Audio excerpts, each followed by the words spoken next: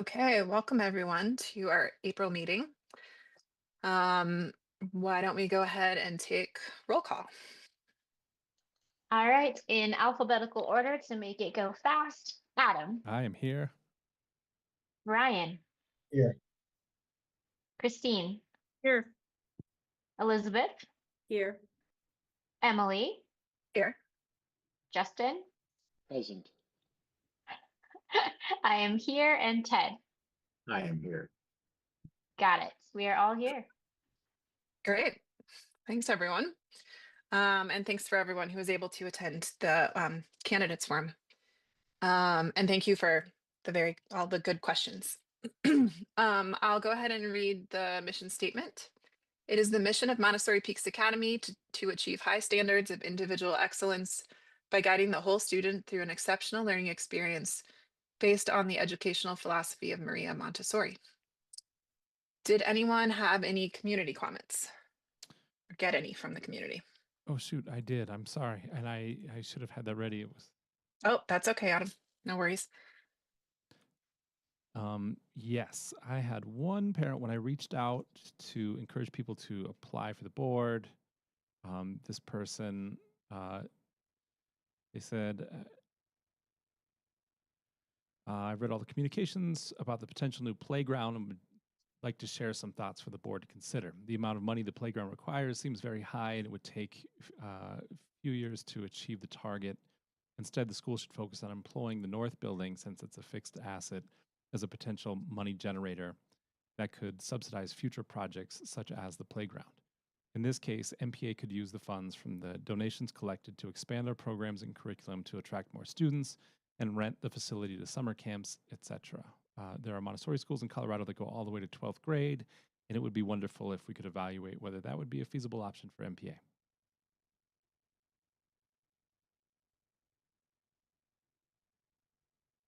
Thank you for that. We have looked into that. It's complicated logistically and financially because the building is technically owned by the Building Foundation, which is a nonprofit. It is difficult for us to make a profit off the building, but I know Jen Webb has looked into this. We've talked with Robin about, opportunities for generating income from the North Building, and I think it'll continue to be a conversation. I definitely think we have, there'll be renovation needed in the auditorium for it to truly be, effectively rented out because the lighting and things like that. So it's just definitely that Mhm. money consideration, at least for the current, what our priorities are right now. Yes. I mean, even if it's a nonprofit, can't we reinvest any kind of funds that we generate from that building back into the school? It's not that we can't use that profit and keep that profit. It's just we have to reinvest. Yes. So I have gotten um, some initial legal advice on it from our MPA's attorney, who said it's complicated. It's not impossible. Jen's done it at other schools that she's worked at. It's not impossible. It is somewhat complicated. There are insurance things to consider as well. So I think it's definitely something that should be on the table for further discussion and development. How will we continue that? Should we put it on the agenda item? Should we take a vote that we continue discussion on it? It seems like it comes up and then we talk a little bit about it, then it goes by the wayside. But if the community's interested in it, then I think we should formalize how we proceed forward with discussions on that. So if you look at Sure. the Yeah. 5-year plan, it is spaced out some of the work on the north building. Not as far as expanding in a high school, because I think first we need to get the middle school program up and running successfully, which it won't, I mean, it is running successfully, but obviously we need to pour some years into that first and get that stable before we expand further. On the 5-year facility plan, we have discussed different, like when we're going to do certain things, like redoing the parking lot at North, and the lighting and the auditorium is a big one. And so that's already kind of planned out, at least tentatively right now. High school, like I said, the school is in no way ready to take that one on. It would take a huge renovation of North and additional classrooms. So I don't know if we just want to, yeah, I don't know how we want to space that out, because Brian's right as far as like bringing it up again, because it's going to be a number of years out before that would happen, I would think. Yeah, I mean, I think it's an ongoing conversation. It's come up several times in the context of the strategic plan. It's not on the agenda for today, so I don't want to dive too deep into it for the sake of everyone's time. Um, I mean, I think, Brian, if this is something you have interest in digging into and looking at, I would certainly encourage you to to do that. And And I'll encourage us to take a vote, maybe put it on the other agenda, so we could take a vote whether we want to have a conversation on this or okay, say, just put it on well, the we five. can't vote on anything that we haven't included in the agenda today, so we can definitely look into it a little bit more. It seems premature to put anything to a vote at this point. Definitely willing to consider options. I So can heard we put from it for the agenda next meeting to discuss? Just to help you sure. understand, it's like, so the question is around the cost for the playground, and then also like like further expansion of the school.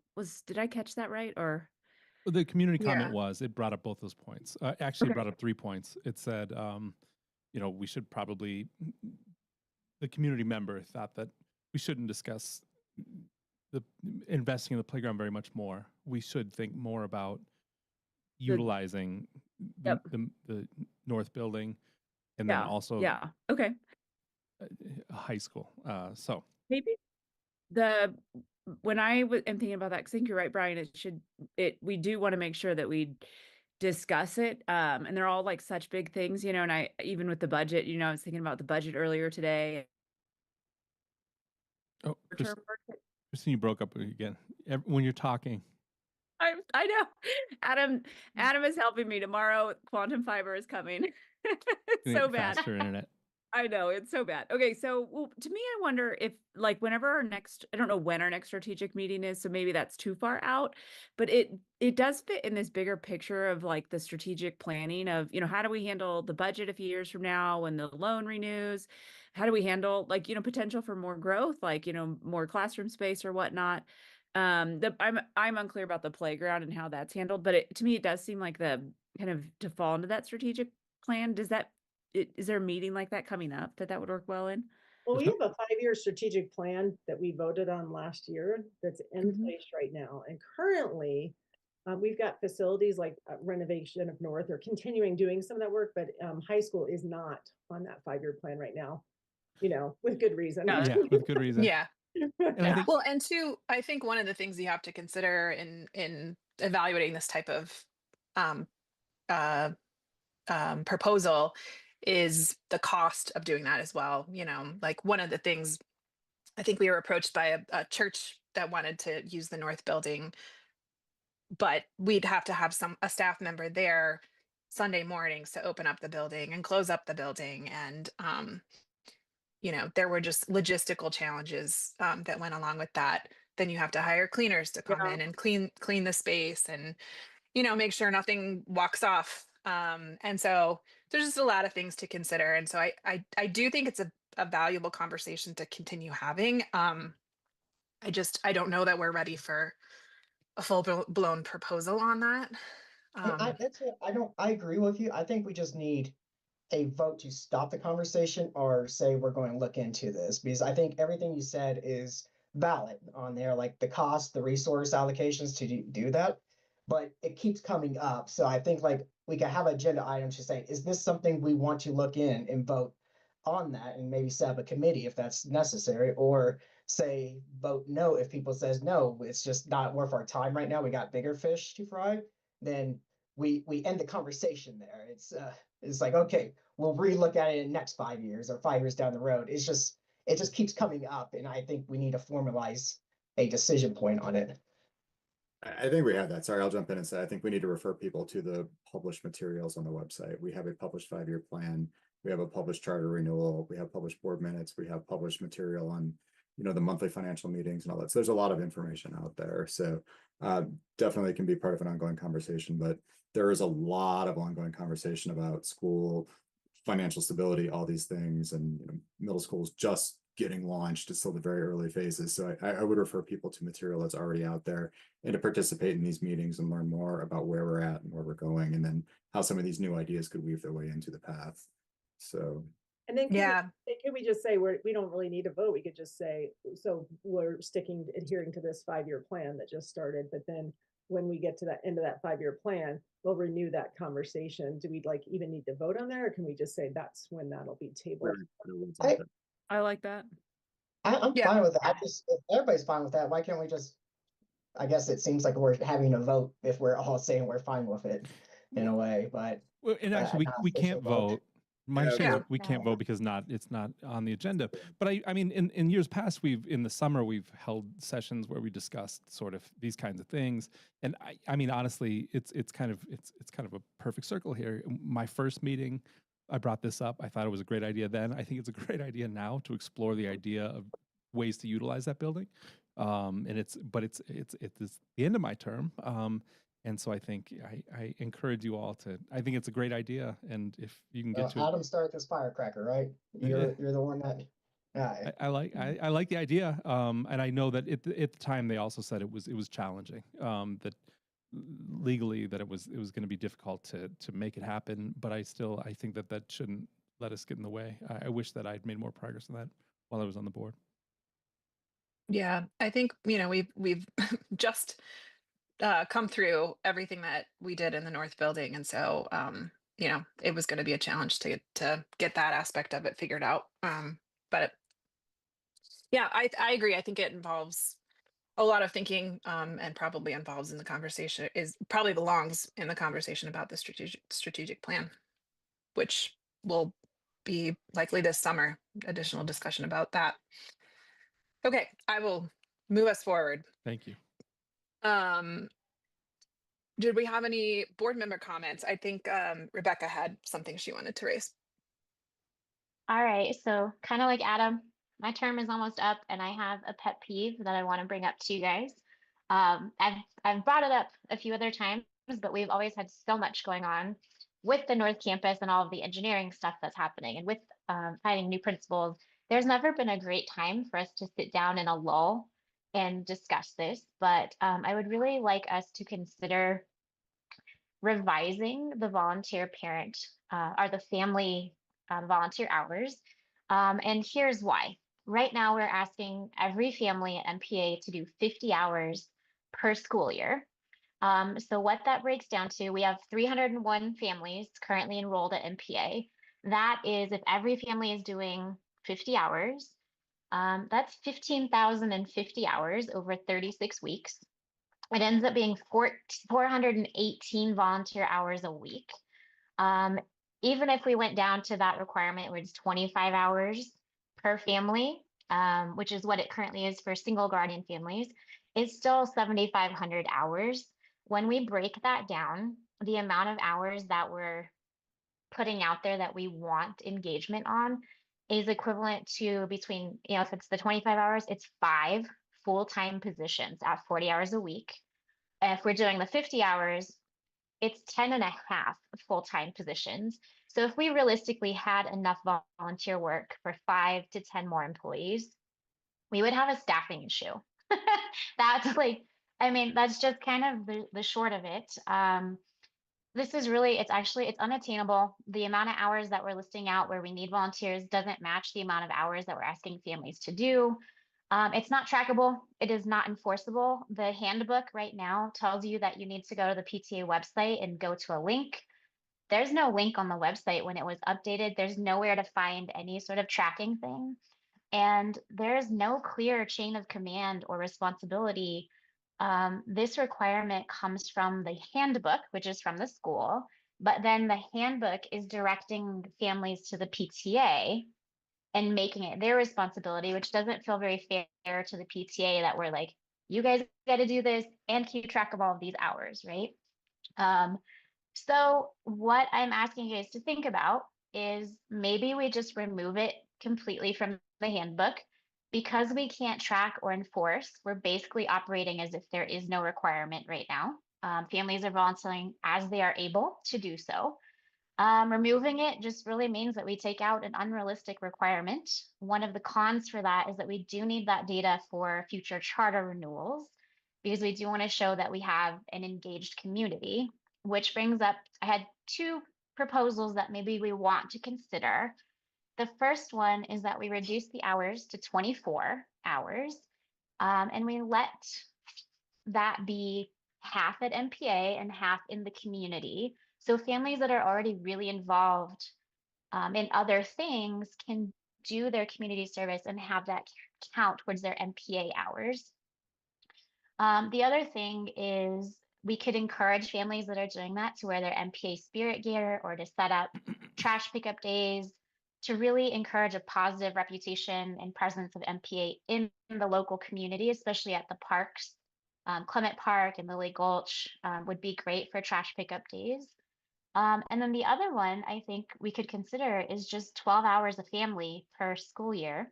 That really brings it down to an hour and 15 minutes per family. Both of those minimal, the 12-hour school requirements, you can really hit those as a family by doing 2 volunteer activities per semester with what we're asking families to do. There's a lot of opportunity, whether it's field trips, field day, day of the arts, the book fair, trunk or treat, Dewey's Dash, any of the socials that the PTA throws.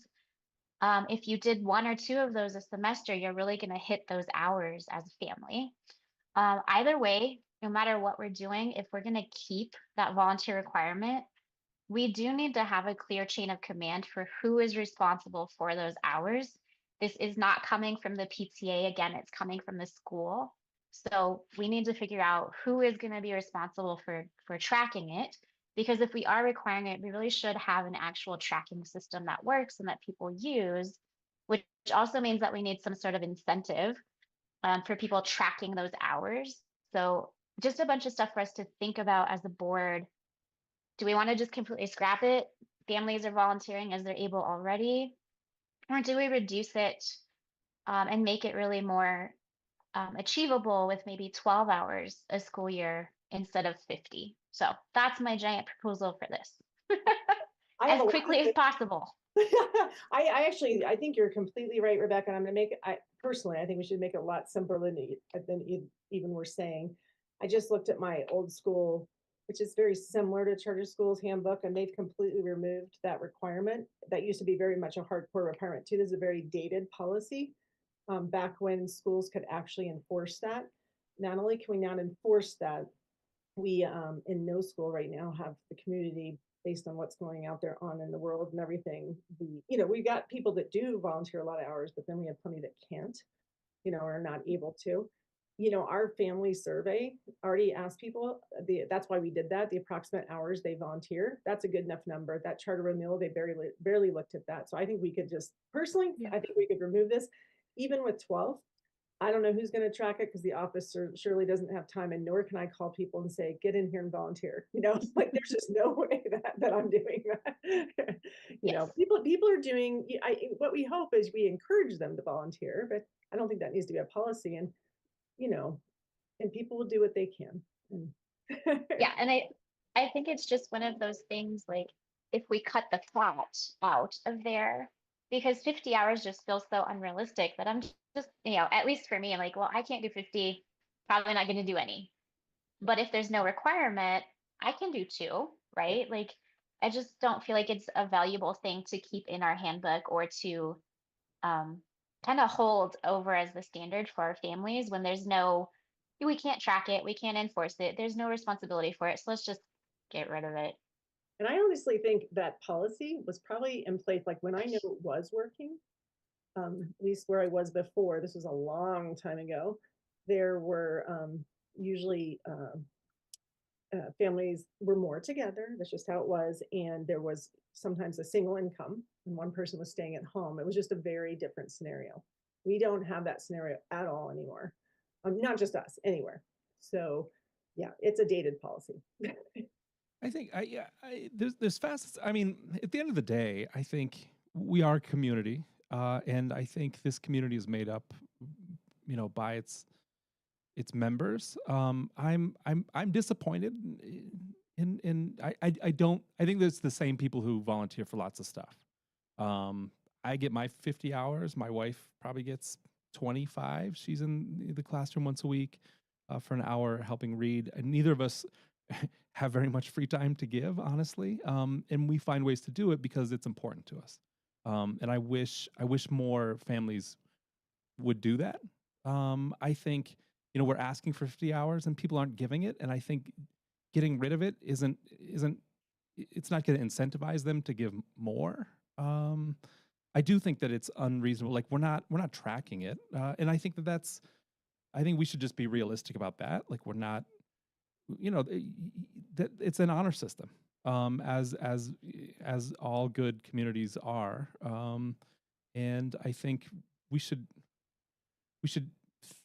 ask people to give of themselves because the community is important to them. I don't know that it's necessarily helpful to have like a steadfast 50 hours. And you're right, like there's no accountability for it. I don't think we need to punish people or claim that we're going to, but I do think that we need to set a goal, set a number, like this is what we would like to see you do as a family because our community is important to you. And I don't think abolishing that number is if you're not able to, then you can't. We're not gonna call you out, but we would like to see people give as much of themselves as they can.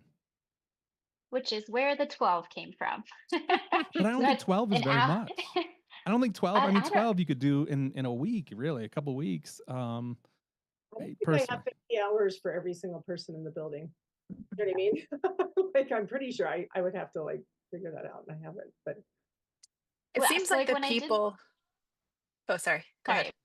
sorry, when I did the math on requiring 50 hours per family, that means that there are 418 volunteer hours kind of averaged out per week, which is a lot of hours to be managing. And that's where I came up with honestly 12, Adam, because that is more realistic at looking at, you're looking at 100 volunteers a week, which is still a ton, but then it kind of averages out to an hour and 15 minutes per family per month, which I think is really realistic to manage for the volunteer needs that we do have at the school. And kind of gives it a little bit more of an hour and 15 is a lot more doable than the current requirement that's asking for like 5.5 hours a month per family. That's a lot for if you've got two parents working or a single family. It's just a lot. Yeah. Well, yes, I think this is definitely something we can do some more thinking on. My hope is that we can maybe bring this up at the May meeting for further discussion and maybe some direction. This would go in the family handbook. So I think that is usually approved. I can't remember if it's at May or if it's later than that usually, but maybe for June, because really June, okay. the building, that's when I'll really work on some of those things. Could I Okay. cleaned up the proposal as well, or whenever the discussion happens? I think you're right, Rebecca. The amount of hours is like so high, and when we first were looking at the school, we were like, oh my gosh, how could we ever do this many? At the same time, Adam, I agree with you that the system's kind of broken. So, I think you have to look like, is the volunteer request broken, or is the system of how the hours are tracked? And sorry, my 3-year-old just bumped her head. Sorry, my husband has to pick up one of my kids during this meeting, so I'm left with them all for 10 minutes. So I think the proposal should maybe include just also how would the system work better? So it's not a self-referential, like a circular system for figuring it out and tracking hours.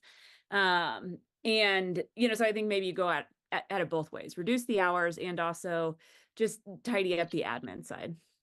Yeah. Okay, great. Well, thanks for that, Rebecca, and we'll look forward to discussing more at the May meeting. So I'll keep moving us along because I know we have a lot on the agenda today, and I just closed out the agenda on my screen, of course. Bear with me a second. Okay, principals report.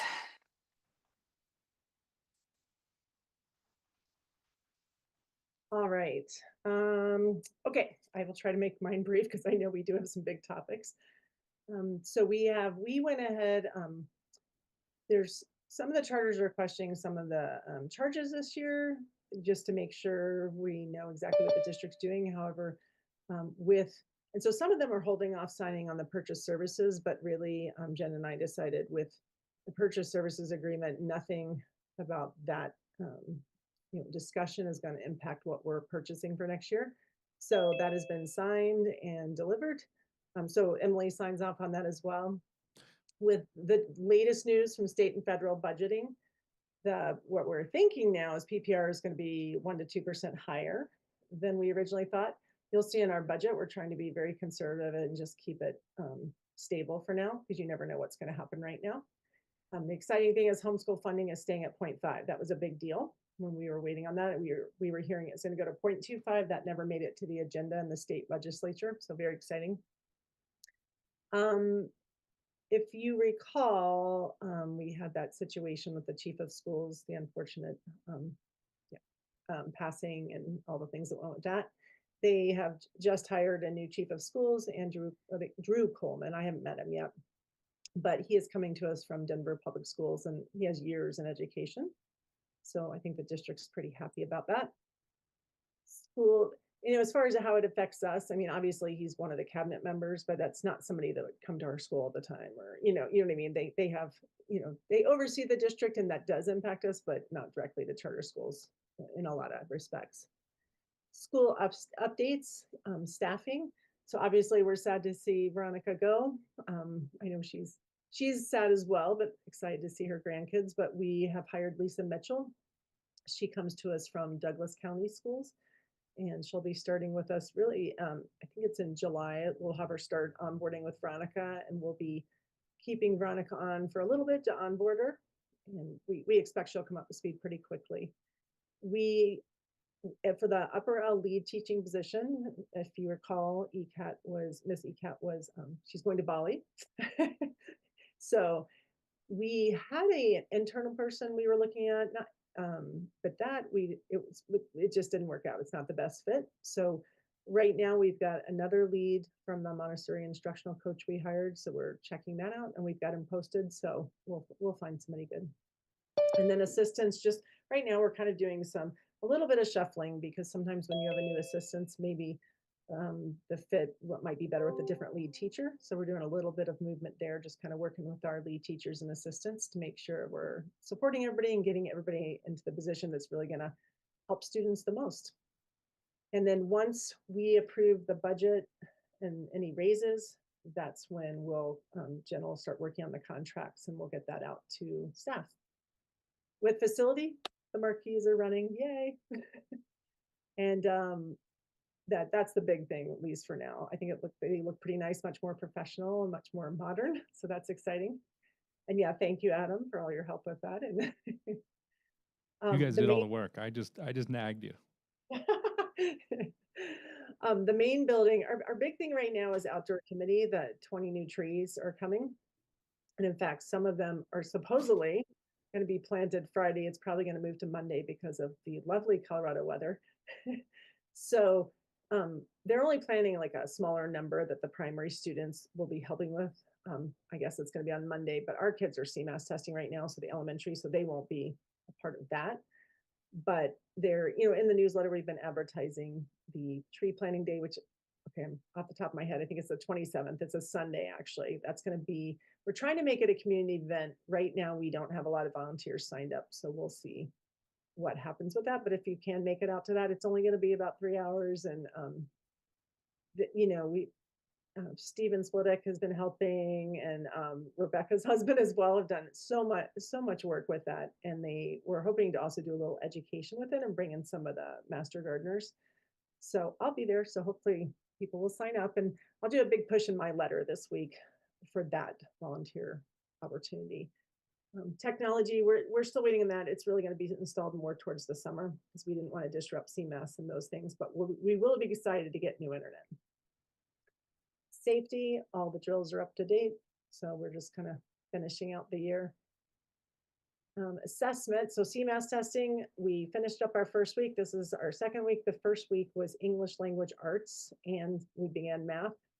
And Aaron and I both, I've been running testing for years, and I think that's the smoothest first week I've ever had, ever. The first day we didn't even get a call on the walkie-talkie for technical support. So that was one, it really has been, it's been very smooth. I shouldn't have said that because now tomorrow will be a disaster. So hopefully not. But I really wanted to give a shout out to Erin. I used to do her job. It is arranging all that testing. It's a lot of logistics because you have different students that have to be in small groups, one-on-one, they have different accommodations, and you have to get it exactly right. And you have to figure out all those classrooms being used and the different people that are going to proctor and get them trained. So she really does an amazing job with that. Couldn't do it without her.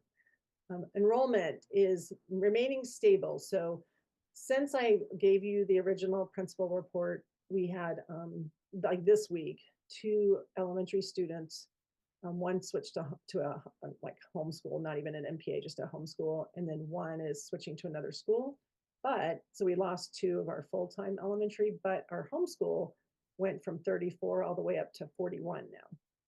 So that's really good. I mean, so we're getting, remember, we're getting 0.5%. So really that kind of balances us out to still the same, just about the same PPRs we were doing before. So pretty stable. There will be shifts like that, right? So we were definitely waiting for April to finish out and see what that looked like. And then hopefully there won't be any huge shifts. The biggest shifts I can imagine would be homeschool, you know, possibly building on their numbers some now that they have the ability to expand. For community updates in March, I don't want to take up the accountability committee's person's thing, but in fact, Christine, do you want me to go ahead and we'll do this at that time? Never mind. We'll talk about accountability when we get to it.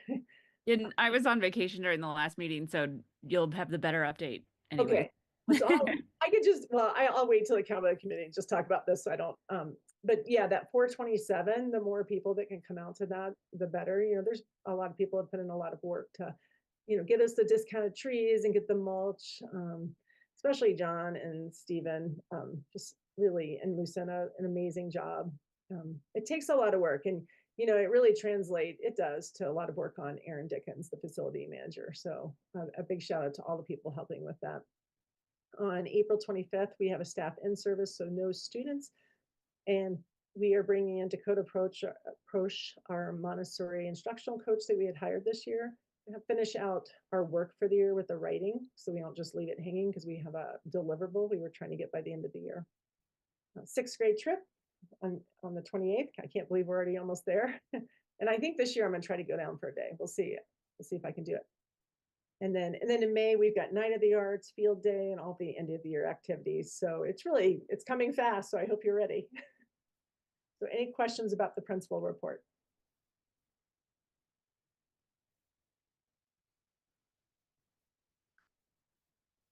No. Thank you. Okay. All right. Keep us moving along here. We have committee reports. We have finance first. I know we're going to vote on the budget later on, so I think this is just the normal finance update. Go through the budget versus actuals, all that stuff.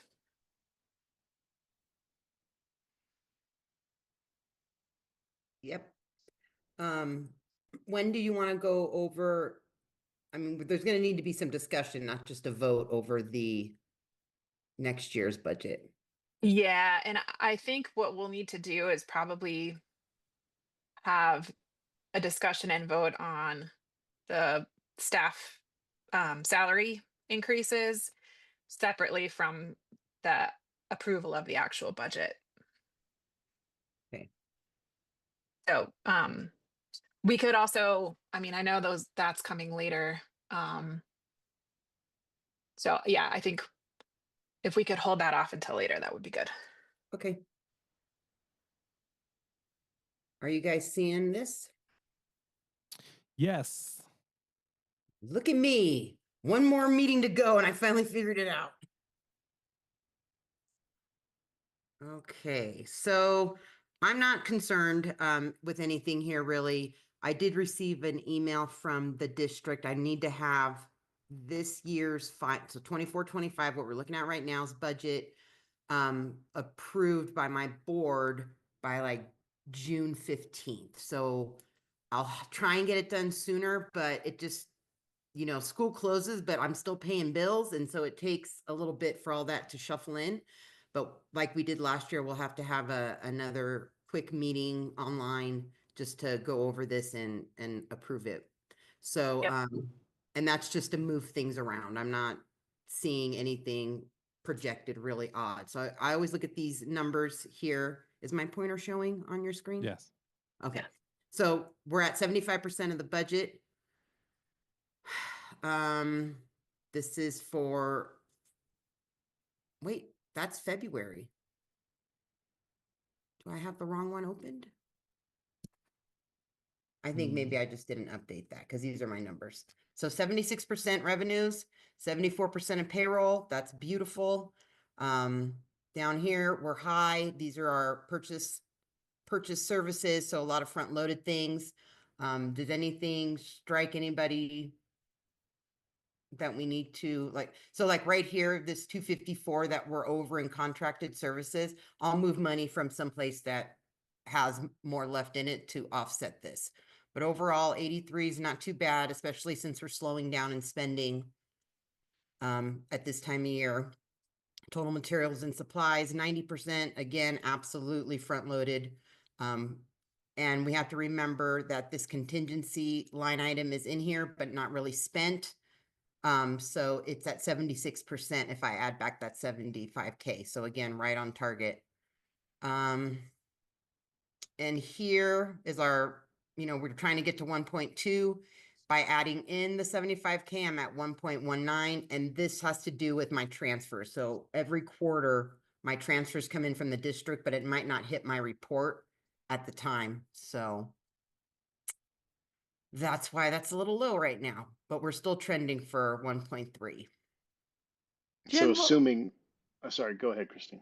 I just had a question. What was the cause of the overage in contract services? I would have to look for a detail, but we spent a lot of money on things that we didn't foresee. For instance, we had to have electrical work done to have those signs installed. We needed to do some, I don't know if it was an upgrade or a fix to fire alarm systems and security systems. And the contract services covers, here's another example. At the beginning of the year, we had budgeted for an occupational therapist in our salaries, but we ended up using a contractor. So now those invoices are getting paid through that line item of contracted services. So that is why I have money left in my salaries line. Okay, that makes sense. Mm-hmm.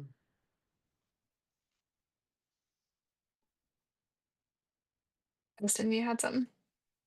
I was just going to ask down at the bottom again, Jen, I just want to clarify. You're saying that we're 0.84, but if we take the 75,000 that we were going to put into reserves, Mm-hmm. then we're back up to 1.9. Yeah, 1.19. exactly. Okay.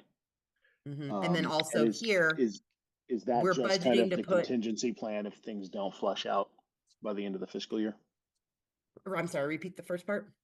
Is that a contingency plan if things don't flesh out at the end of the year, or should we just count on having to use the 75K to get ourselves to the ratio coverage we Well, need? what happens is because I really didn't spend it, like this is my reporting, the district, if you look at their budget report, it says 75,000 budgeted, but 0 spent.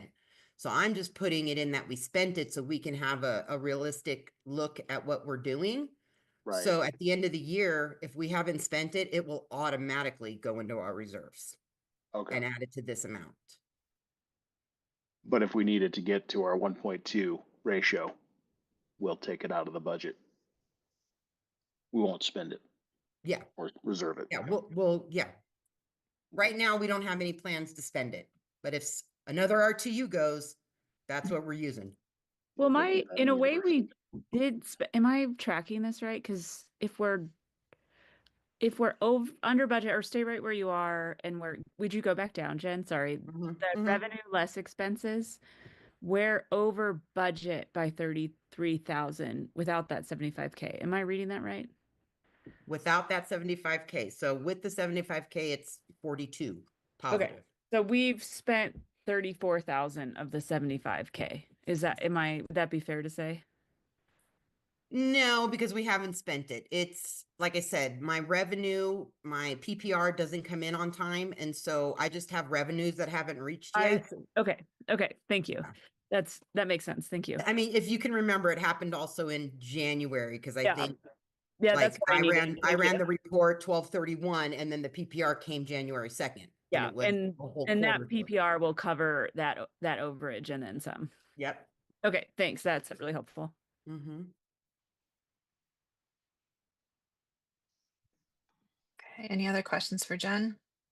I had a question for Justin. Justin, you had said, oh, we're not gonna, at the end, we won't put that back in reserves, but anything we have left over should, correct me if I'm wrong, everyone, should go back into reserves. Oh, it's automatic. Yeah, we're trying to build that number up. Mhm. Who then do we get in trouble with for not hitting the 1.20?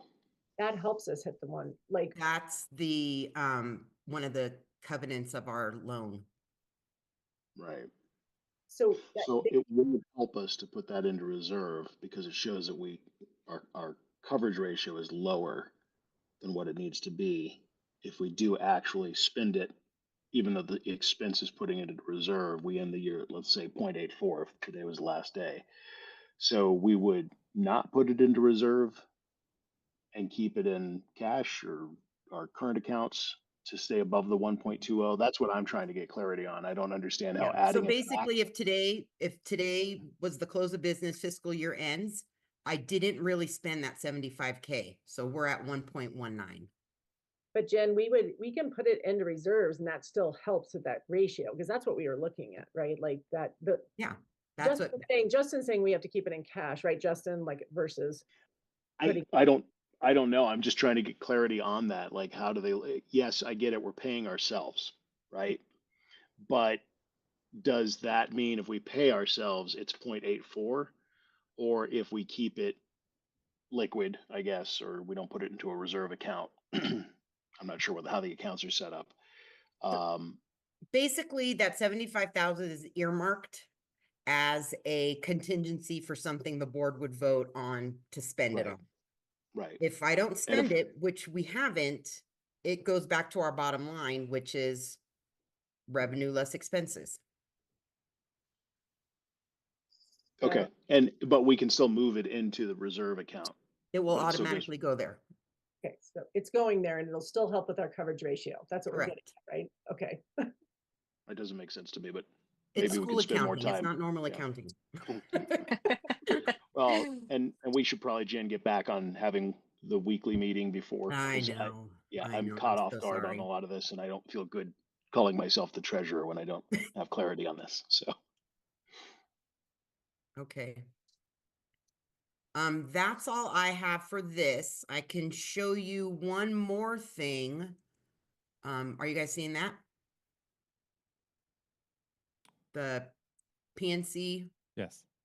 Okay, so basically from our last board meeting, I reached out to a woman I worked with that's at the League of Charters. When I did my last school big bond, that was 25 million. So there was a lot of work with that one. Anyways, she gave me the list of these. Well, PNC is our current bank, but these banks citywide, JP Morgan, which is currently where our money is through Jeffco, Alpine Bank and Sunflower Bank are all banks that she suggests starting with. Our current loan rate, we know, is that. She said things to look for and to focus on are the terms of the amortization, the length, the term of the loan, and any covenants, which would be that coverage ratio. Not every bank would necessarily apply that. I mean, I guess it's wise, but they're all going to have some type of cash on hand. The application and other fees. So, if we start out with a new bank, we might incur fees. I think over the long run, the most important thing is our amortization and our rate. And another thing she mentioned is that moving a bank may require us to have operating accounts with them. And that's currently, that's not the problem with PNC because my only account with them is the Sloan. But if these others want us to do that, we're going to have to seriously figure out how to pull some money from Jeffco and open up an operating account with another lender.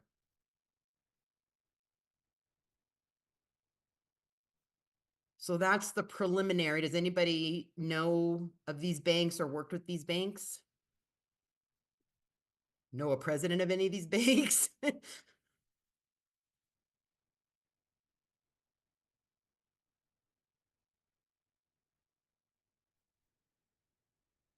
What's the next step in the process, Jen, in getting additional information? Is it just setting up time to talk to each one Reaching of out, these banks and figure out? reaching out to the banks. I mean, personally, I think it's way too soon. Whatever they quote us now is not going to be the same next July. Should we be starting maybe in January of next year?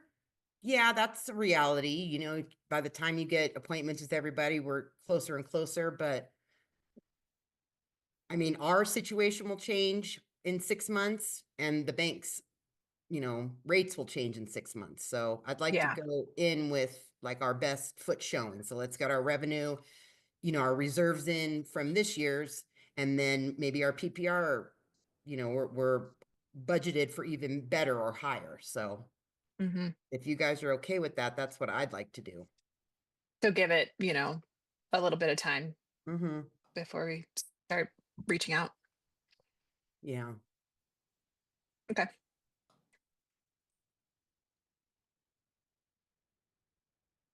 Anybody have Any any other? questions?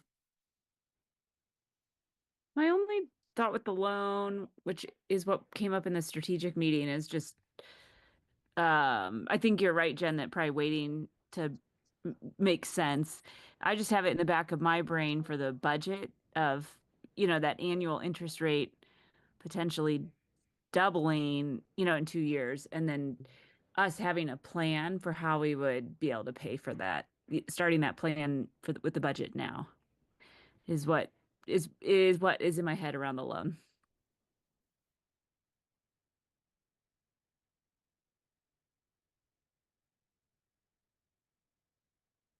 Was that a question? Well, I guess it's just, am I the only one that is seeing that? Like, Yeah, as I think that's right, but I think that's why using this time, I mean, the rates are, it's been incredibly volatile the last few years. So using, like we talked last couple of times, like using the next couple of years to really enhance the reserves and put ourselves in a position that we've got not just a plan, budgeted for an increase in the interest expense, but also hitting the reserve ratios. Maybe some of the things that we get in advance on conversations, Jen, would be like, what would banks look for today for financial covenants? And then we can kind of start gearing, is it just the reserve ratio or is it Mhm. kind of things like what would actually help us present the best? We can Yeah. start to prepare the balance sheet, if you will, not, financial engineering or anything crazy, but just making sure that we're setting up to have the most favorable ratios and whatnot. But again, that's, 2 years to do that, I Yeah. think is. Well, and I think getting our reserves increased, the fact that we're going to show the growth Yeah. is going to be wonderful to any lender. That's what they look at, is our growth and what our projected growth is, and we have the ability to continue to grow a little bit more. So I rather Uh, focus on those things, Interestingly, Sorry, Mike. Go ahead. Sorry, go ahead. Yeah. Who was Oh, talking? I was going to say, and sorry, my computer froze and I couldn't unmute, but Christine, I agree with what you were saying. Ted, I agree with what you were saying. I think this board, if we don't have a subcommittee or enough people for a finance subcommittee, there needs to be contingency A, B, C. We need to be putting this together rather than just hoping that finances are going to be where they need to be and rates are going to need to be where they need to be as the clock ticks. I think we're going to get, if we don't put a good plan and a budget and an idea together, and not talking about this budget in particular, but how what is the contingency plan if the rates higher than it is today, if it's lower, if we need to execute faster, if we want to delay, and we need to look at all of that and kind of come up with, you know, uh, not a panic attack when we end up sitting in front of the banks and they're not taking us and rolling our loan. I just I feel like we're dancing with a train on this, and I don't think waiting is a good idea. I think a plan is needed. I think multiple plans are needed, contingencies. Maybe a lot of work that doesn't get executed and the rates drop and we find a better deal, but we're talking about the financial status of the school. No, I you're think having a committee to do that, I think would be really important. Yeah, no, we could be in a spot to get lucky where there's a dip for whatever reason, macroeconomics or otherwise, and like, hey, maybe it's better to take the 50% increase in interest rates a year from now than sit on it and risk a doubling in 2 years, right? So who knows? But yeah, I agree with the subcommittee plan. So should I first, because I don't know the complete terms of this loan, should I first reach out to them and find out if there is even a, say, prepaid payment penalty? Yeah, it'd be good to see the loan docs, then we could highlight just everything we're working with. Okay, I think I have those on my computer. I had one question, and that's if we take the current state of things right now, and I remember we talked about increasing our reserves to cover for financial turmoil later on when the loan doubles. Are we able to actually put money back reserve? Are we just banking on growth? Or do we actually need to do cuts and look at where we could cut? And then the second question is there anything to truly cut? There's like the only way to increase reserves is growth, or can we increase it through cuts? Well, yes, we could, nobody would want to do cuts, but ultimately we are putting these amounts into our, no, wrong one. I lost it. How did I find it so easy? I mean, when you say cuts, where would you want to cut? Because we don't really frivolously Well, spend. that's the question. We don't I have. have any Is extra there things staff. that are, The building's falling apart. yeah. We have to fix And things. that's my question is like, do we even have room to make cuts, or is everything at this point a necessity that we can't truly make a cut on unless it's a cutting a limb off kind of aspect, or Well, we here's just one example, and just something off the top of my head. So the servery uses a lot of disposable items. Obviously, I don't have time to clean the forks and the knives and all that. So there's tons of clamshell containers, tons of condiment containers, tons of silverware or plasticware. And we buy the really nice clamshells and things that are biodegradable because they're better for our environment, which is absolutely true. It's also 3 times the price. So okay. according to Miss Shannon, the parents don't like seeing all that styrofoam, which neither do I, but that's why our food service is negative. One of the reasons. Here's what I think. I think there's 2 things. First of all, we talked about how we have to get to 3 months in reserves because that is where we failed, right? Just because of the North Building. But number 2, Jen and I both have been working on, I don't think our school is frivolous. I don't think most schools are, but there Well, some were, schools are there, overstaffed. well, hold on, there were lacking, our systems were not, in my opinion, cleaned up, and that's what Jen and I have been doing. For example, all teachers had to have their final purchases for their year due in today. Whereas I think last year, right, Jen, things were coming in all over the place, right? So I think fine tuning those systems, and I don't know why they were not, I don't know. When you get change and stuff, things happen, right? Like with leadership change, but really solidifying that and make sure teachers are planning ahead. We have a plan in place already for their budgets for next year. I think that will save money because we're making people think about things, plan it out, submit, what they're going to, ahead of time. They have to, pre-plan. So that will help. But Brian, yeah, those aren't huge cuts, but that will help. Adam got us onto this BAM, and eventually, not next year we'll break even, but the following year we'll be saving, I think it was like 10,000 just in data costs. So we're also at a time right now where our computers and the Chromebooks are old. So we're spending some money last year and this year on replacing those. So our biggest expense is salaries, and we do not have anybody that we could cut. In fact, we need to add a couple more positions. I would say, for example, another system, like, again, we're really, you'll see in a little bit, because we're gonna be looking at the student fees we're proposing for next year. That's another way to increase, because some of it has to be offset more than it has been. Mm-hmm. But also our, Heather, ran this year for the tech committee, created a 5-year plan and is planning out, we're slowly planning out. So it's not just this year Chromebooks have to be replaced. If you do it well, every year replacing a certain number, so that Mm-hmm. you're not replacing all, 600 in 1 year, so it's things like that that I don't know why, but those systems weren't in place. And so I think that'll help some of the things we're doing.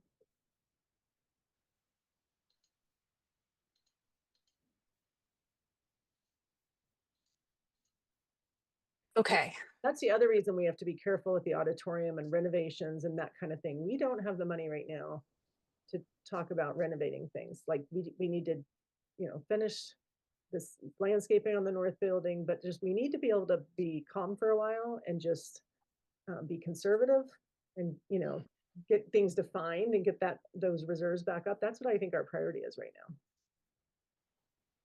now. Yeah, I agree with you. And whether in I agree with Justin on creating a subcommittee so we can actually plan out like what reserves are we targeting for each quarter or yearly reserves, and how are we going to get there through cuts, so we just don't rely on purely growth on there, which is up and down.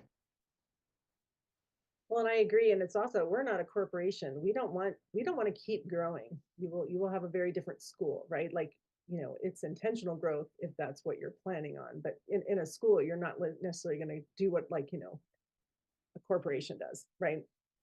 To that note, jump in real quick and say, I think we should be mindful about using the word cuts, which are not something we're talking about. Exactly. About, like, management here, and there definitely Yes. there's things we can do, but I want to be just for the community and everybody.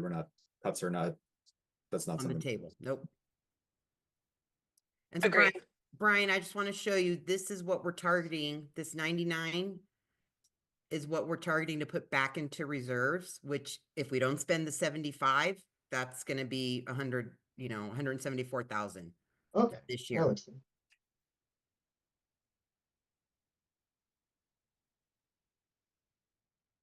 I like the fiscally conservative angle that Robin suggested. I think that's where we need to be That's while my looking dad. at opportunities for new income, and I think opportunities for reduction of expenses where they make sense. If we're spending a lot of money on fancy styrofoam, that definitely doesn't sound like the best use of our money. Um, and Jen, I'd like to get back on those meetings with you too, where we're kind of going through this, Fancy so we can styrofoam. Love it. fancy styrofoam, so we can get back on just reviewing this together too. So, but yeah, Brian, I think a subcommittee isn't a bad idea for a longer. We don't need to deal with the line by line in the budget. We need to be looking at contingency plans and long term, finances. More of a finance Does, committee, if nothing else. does this need to be a subcommittee, or would this just fall under the scope of the finance committee in general? It's a great question. I would think the finance committee, that if it existed, would handle it. But Jen, is it just you, me, and Robin? I don't think we Yep. have much of a finance committee. To me, Going this is back to that also Adam like, frustration on volunteerism. So, maybe yeah. we get rid of the marketing committee and turn it into the Hey finance now, committee. that's Adam and me on the way. So Yeah, I know. so it's just all you're doing is dissolving us to I'll the be happy same to join the number. finance committee if that's an option.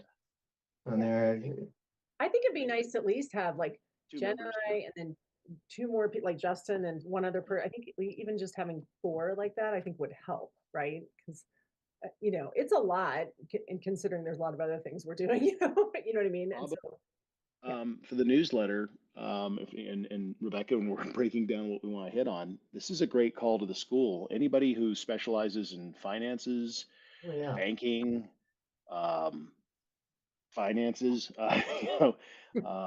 we would love to have a parent on this committee. We don't need a surge of people, and what is it? A camel is a horse designed by a committee. So let's keep it down to a parent or two, a couple board members, Jen and Robin, and we're talking, I think we're talking with all the right people. So is that something a charter typically does, is pull in parents that aren't on the board? Yeah, hold on, before we go too far down this path, I mean, I think we should talk about what's within the board's purview, what we would get as a board to a committee. I mean, if this is a committee of the board. Yep. And the committee share responsibility over it, let's not go charging too far down a path here. And We could do. we we- table this topic for Yeah. for June so that we could finish what we Agree. have right now? And Mhm. to be careful too that if we have more than 2 board members on a committee, it creates a board meeting Right. anytime that committee would meet. So we would want to be careful about managing that piece of it too. And all I'm saying is if there's a parent that is a master at Yeah, finance or financials, like loan term review terms right. and And I think as a option. subcommittee, first of all, subcommittees only proposing ideas to the board to decide on. They can reject them.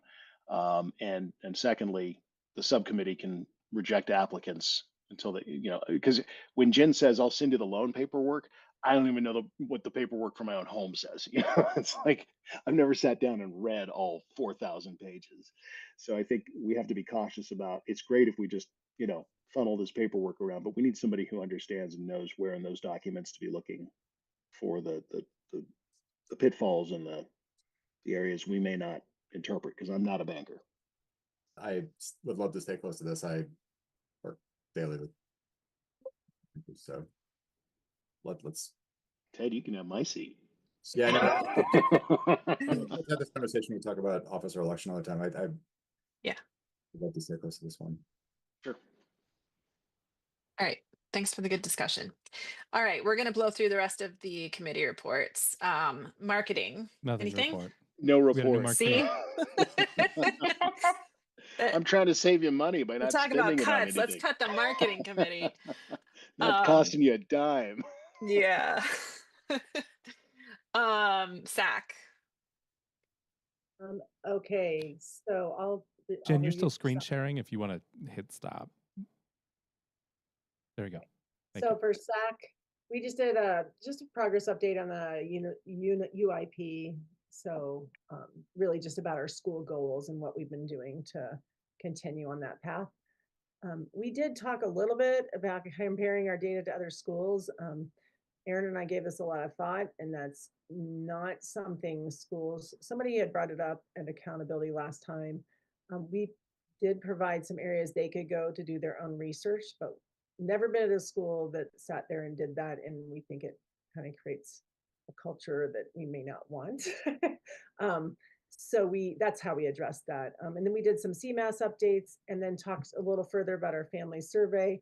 The last I checked, we are up to 40 something, but we have stickers. We haven't sent them home yet. And we'll be doing that soon. We're going to wait till CMAS was over and send that out. And hopefully we'll get up to the number we want. So it was a pretty quick meeting. We won't be meeting again till June because that's when we'll do our end of the year data, at least for map testing. Okay. Grievance committee. Nothing. Figured as much. And then I don't have an update from PTA, so nothing to share there.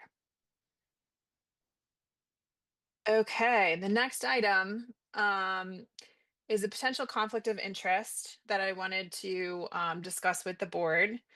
And Brian is definitely involved in this conversation and will be involved in this conversation. Just to let everyone on the board know, we recently became aware of a potential conflict of interest in that Brian's father-in-law works for the school. I will let him speak more about that. The school's attorney has confirmed that this is a potential conflict of interest that should be managed. And so I have asked him to come up with a plan for the conflict and properly disclosing the conflict. And Brian wanted to have this discussion full board. That's why we're having the discussion now. My goal in having is to determine what Brian to recuse from, and have the board weigh in on that. And figure out whether or not the board agrees with the approach that Brian wants to take. Management of conflicts is obviously the purview of the board, but the individual member who has the conflict really has the responsibility of identifying the conflict and disclosing it, and then managing it. And so, to share his plan for that, I suggested that that maybe one potential path forward would be that Brian recuses from everything that Elizabeth recuses from. Because Elizabeth is a staff member, there are certain things she can't vote on because, it would be a conflict for her. So that would be one way that we could take kind of a cautious approach towards this. So, we can discuss that potentially. And I think another thing that I wanted to mention, we did adopt a conflict of interest policy pretty recently. I think it was part of our charter renewal. And so I think maybe this is a good opportunity to take a look back at that conflict of interest policy and figure out, whether it needs to be, whether the things we want to add to that, and sort of whether or not this situation may inform, future discussion and review of that conflict of interest policy. So with that, I guess I would turn it to Brian. Yeah, so my understanding from the attorney that you sent me was in reading is that there is no legal issue with my on the board and my father-in-law being a part-time maintenance, that it's only a potential conflict of interest because there's a perception of conflict of interest. It's not a legal conflict of interest.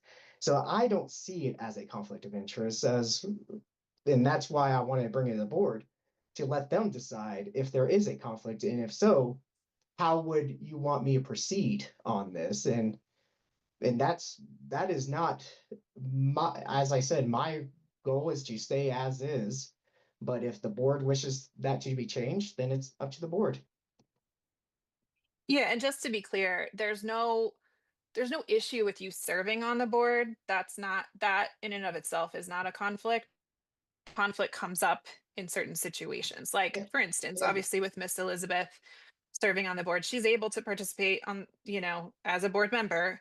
But there are certain things that she just can't vote on and can't consider because there would be a personal benefit. Yes, she has a direct conflict of interest. As the attorney explained, reading the information you gave me, I have no direct conflict of interest on there. Unlike when my wife was running for the board, there was a direct conflict of interest because that is her ancestor or direct in line. But since it's not mine, I don't fall into any legal implication of having a conflict of interest on there. That's This is just actually purely a perception. That's actually not true, and not accurate. So what the attorney conveyed was there is a statute involved here that defines certain relationships that are an absolute conflict of interest, like no, it's not even a close call.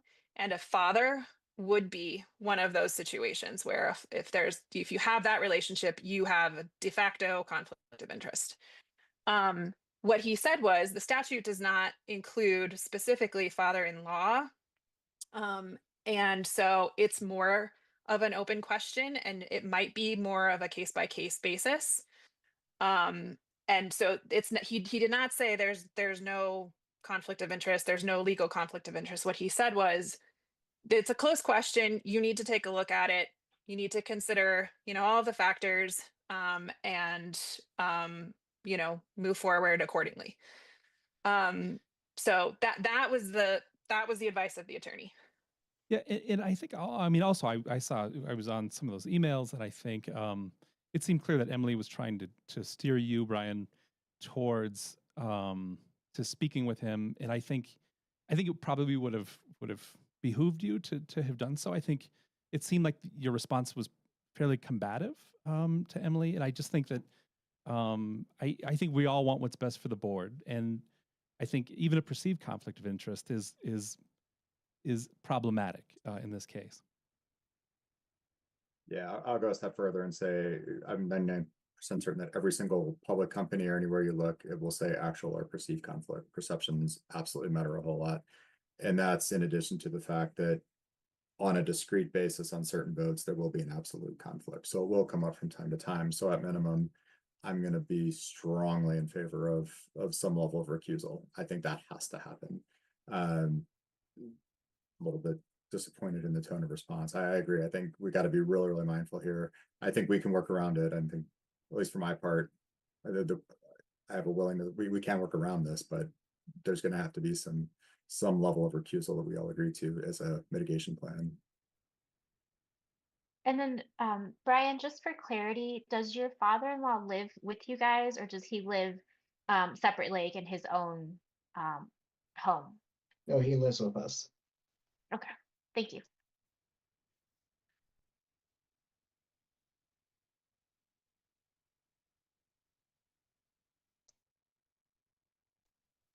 All right, so I'm passing it to the board. So the Well, understanding Brian, is what pass. I I got my.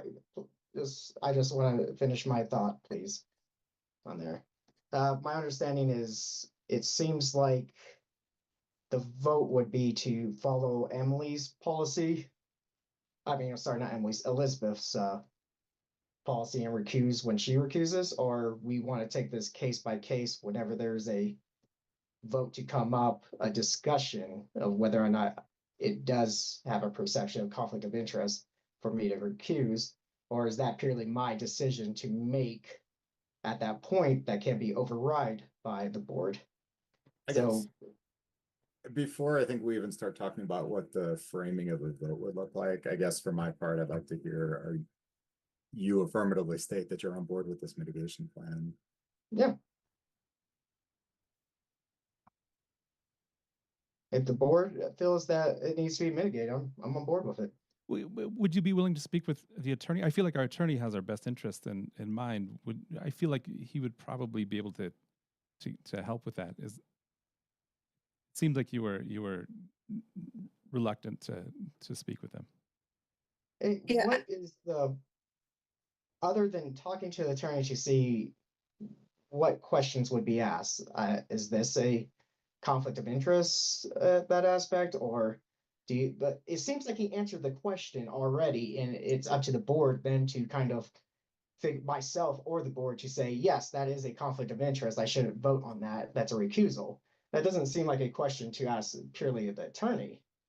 I think just because there's so much gray area inherent in this, and there's going to be times where it's like, it's just not, there's just so much, there's so many different spaces where it's possible. And I think we just all want to make sure that we're on the same page.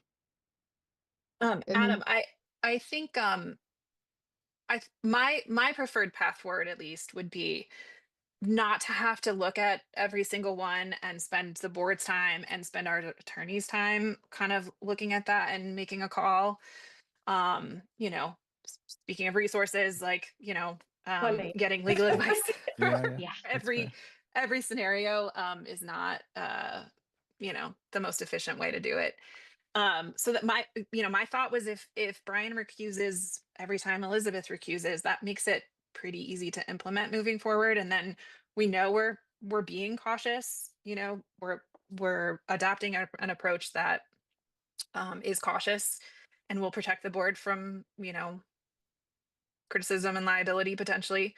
And so that was kind of my thought, is that maybe if we're able to move forward with Brian just adopts the same policy that Elizabeth does, then maybe we can mitigate the need to reach out to the attorney and have those future discussions. Yeah, can I add two things real quick? Sorry. One is that I'd also put the positive spin that this as a group, and Brian, this includes you as well, right? Like all of us collectively affirmatively realize when, we don't want to give any appearance of any kind of conflict or anything that would give anyone the indication that we're swayed in one way or the other against the school's best interest, right? Any action that we take. So I think saying it as a positive for all of us and the community, we're not trying to hedge against getting mud on us, right? We may take some of that over time, but it's, we all want to do the right thing here, starting from that point. And then, again, I think taking it as that conservative approach, and then also being mindful that there may be discrete cases that come up in addition to this from time to time, but cross that bridge as it comes. So. I think one of my biggest concerns right now is that we did vote for a smaller board. So we do have a 7-member board moving forward. And with Elizabeth being recused from specific votes, that does bring it down to 6 voting members. And if Brian is taking that same level of that, that does leave us with 5 voting members, which then I'm wondering about voting and how that will go if there are any members out or who are missing meetings. That's going to put a lot of pressure.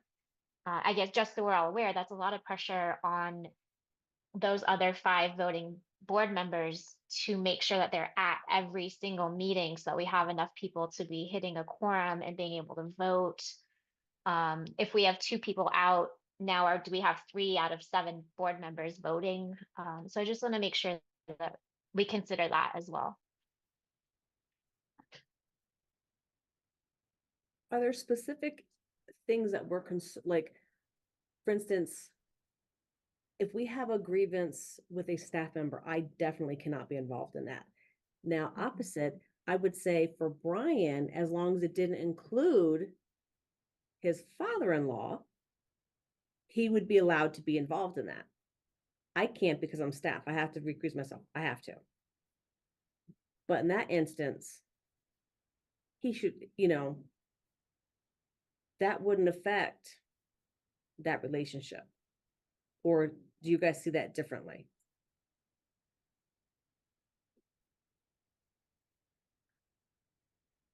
Because if it doesn't, if it's like a grievance with a employee, I can't be involved.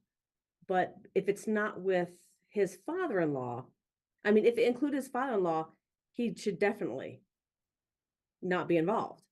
But say it was someone else, could he be involved? That's a great question, Elizabeth. I guess I'm going back to what Adam was saying is I think we need some weigh-in and some guardrails from the attorney to tell us where are the optics bad and where are they acceptable.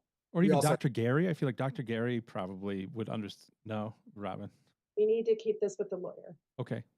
Yeah. And I think we need a limited lawyer unless you guys want to spend all our resources. Yeah, which we don't really do. I don't know if that's a question for the lawyer, like to answer, as Emily brought up, all these minor situations. I think as a board, we could come to a collective agreement whether or not we feel I should recuse myself during that time or not recuse myself during that time. I don't think it's a legal question on, when I should recuse or not. I think the lawyer brought up the implication that there is potential conflicts of interest on there. And that lawyer did its job. And now it's us as a board to be transparent and determine when those questions arise on there. So would we take a vote? Well, I'm not on the board really, but I mean, would it just be a matter of a vote then before each? I mean, I don't think the board needs to be policing an individual board member's conflict of interest. I think it's up to that member to manage it and to be transparent and to bring this up to the board if they feel like they can't make the decision. So I guess I would say I would put it back on you, Brian, to think critically about how you might manage that, whether or not you think it's a conflict, whether you can be fair, and to put that before the board and the community when those situations arise. Which, by the way, I don't know that will happen that often. I mean, I don't think Elizabeth has recused from that many votes. And that's the thing. I feel like I meet everything you said, but if there's disagreements with the board, I want the board to be clear in what they wish I would do in those situations. If there is a disagreement on there, I don't think I have ever felt any kind of effect by my part-time maintenance father-in-law at the school working there to cloud any decision or judgment that I have when making decisions based upon the school, since primarily my focus on the school is betterment of my child, not betterment of my father-in-law on there. So that's always going to come first in that situation. and everything, which all our board members are going to focus on, is how can the school be better for their child? Because we're all here for our children on there. So that's where I'm like, I don't see any conflict of interest. But if you see a conflict of interest, that's why I'm passing it back to the board. If you want me to manage myself, there's no conflict of interest. But if you see one and if the other board members see one, then please let me know. You don't see any potential situation where there would be a conflict of interest No, at all? I don't see any potential situation where I deem my vote would be swayed because my father-in-law works at the department. I would only be voting Like based on the betterment of my child and what affects my child. staff raises, for instance? I would look at it, is that going to be better for my child because the staff is there's going to be more longevity in staff because the staff raises on there and my child's teacher is going to be there that they get along with. Those are the things that's going through my mind. It's not like, oh, my father-in-law is going to get a bonus and that's how that going to affect me. No, no, no way it's going to affect me on there. He doesn't pay me rent. He Yeah, doesn't do anything. I guess I would push and say, it's not just what you internally are feeling.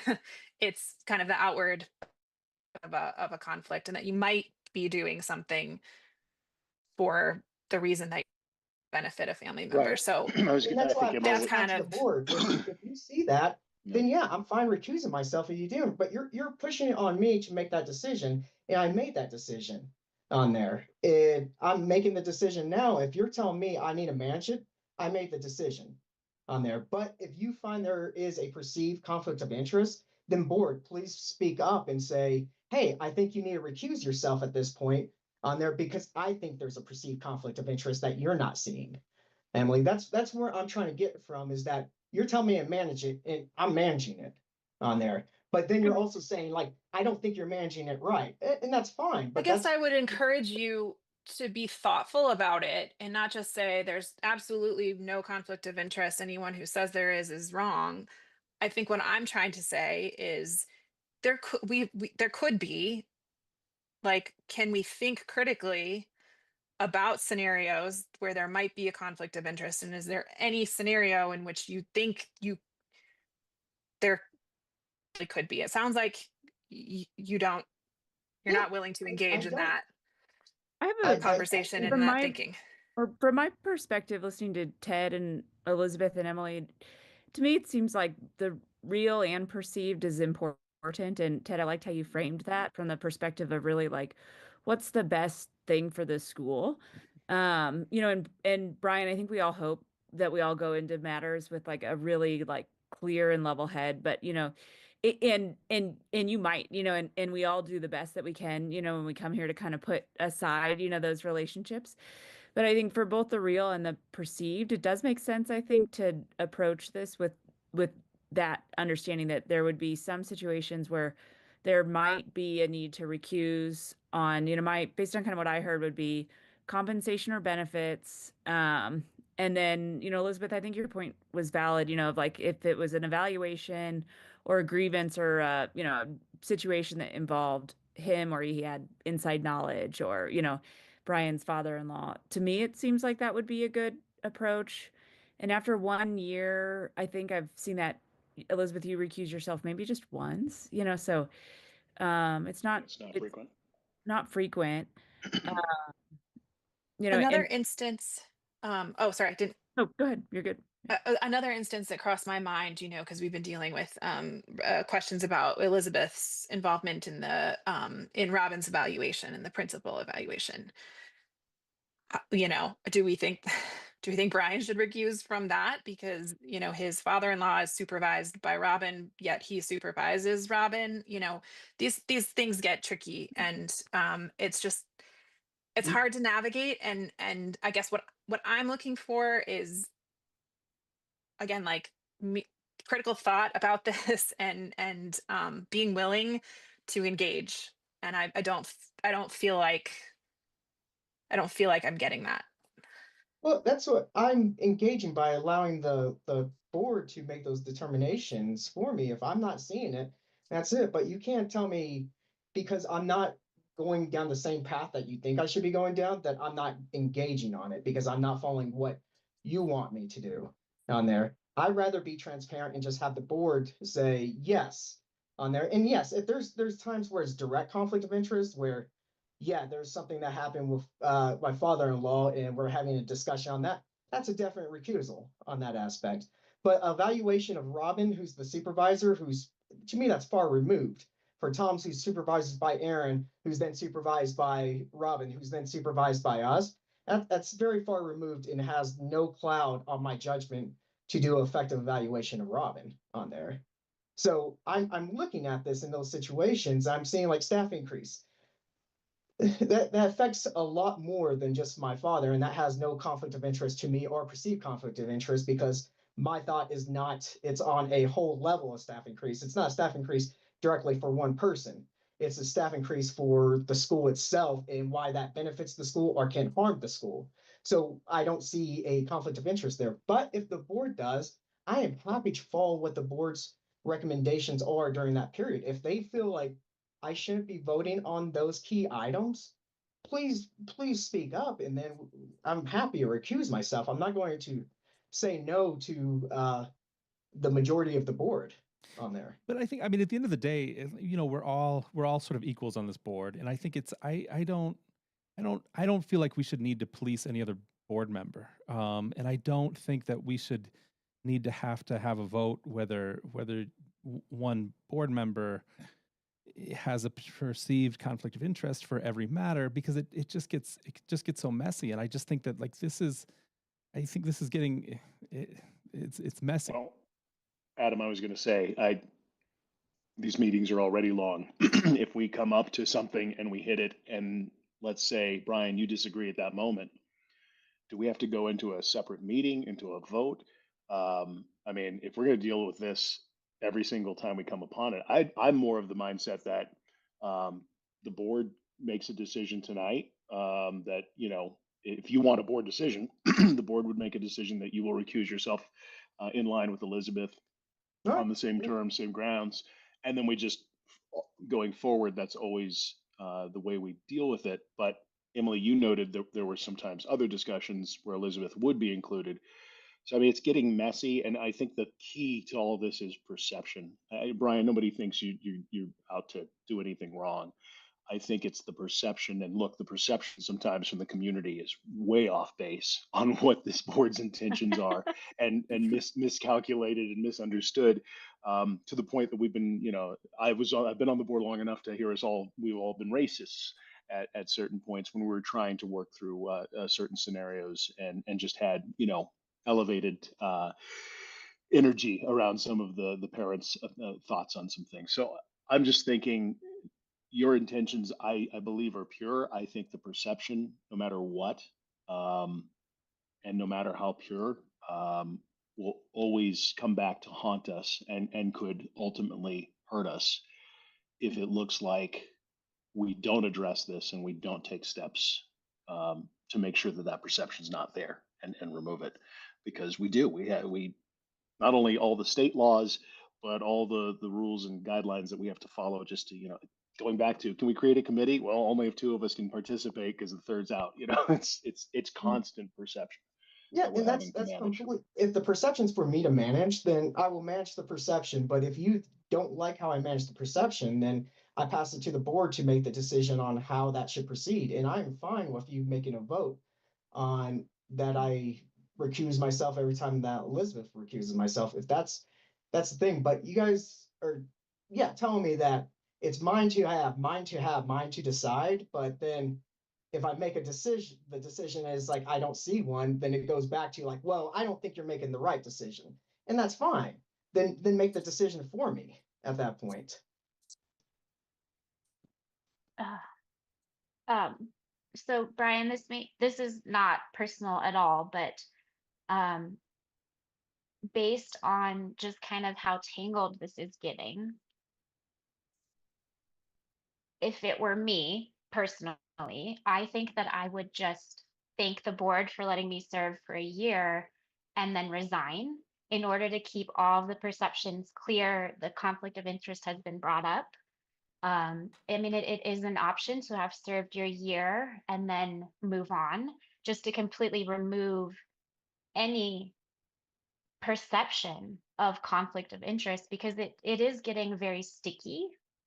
And I think having to mitigate and manage every decision in advance when we're looking at the agenda and think about, is it going to be a conflict of interest? Is it not? Are we all going to agree? Is the entire board going to agree that it's a conflict of interest or not? It's much more clear with Elizabeth because it is very clearly defined in what her role is in the school and on the board, but it's not very clearly defined for us as board members.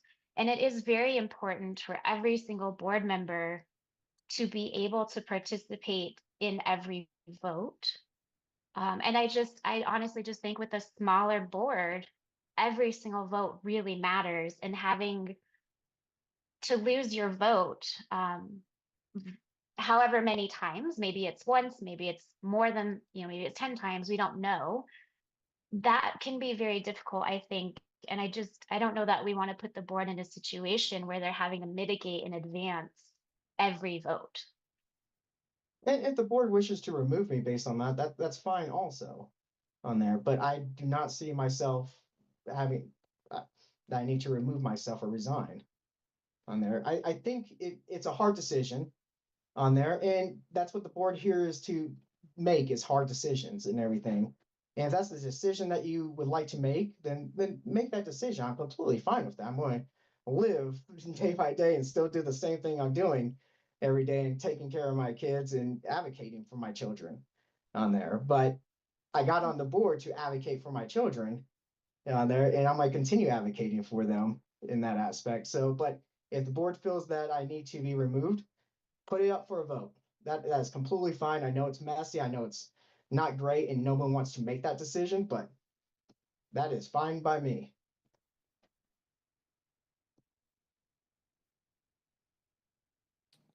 I don't think we can even vote tonight anyway. So I think maybe we should talk about this in the next meeting.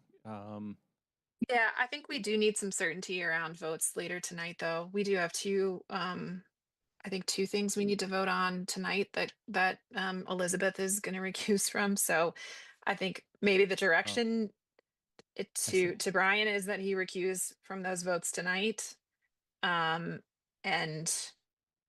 or maybe we're ready to decide we want him to follow what Elizabeth is doing, and maybe we could have exemptions from that on a case by case basis if there really is a compelling reason that he doesn't have a conflict of interest. But maybe like the going threshold understanding is that's what he's going to follow, and we can make an exception if needed.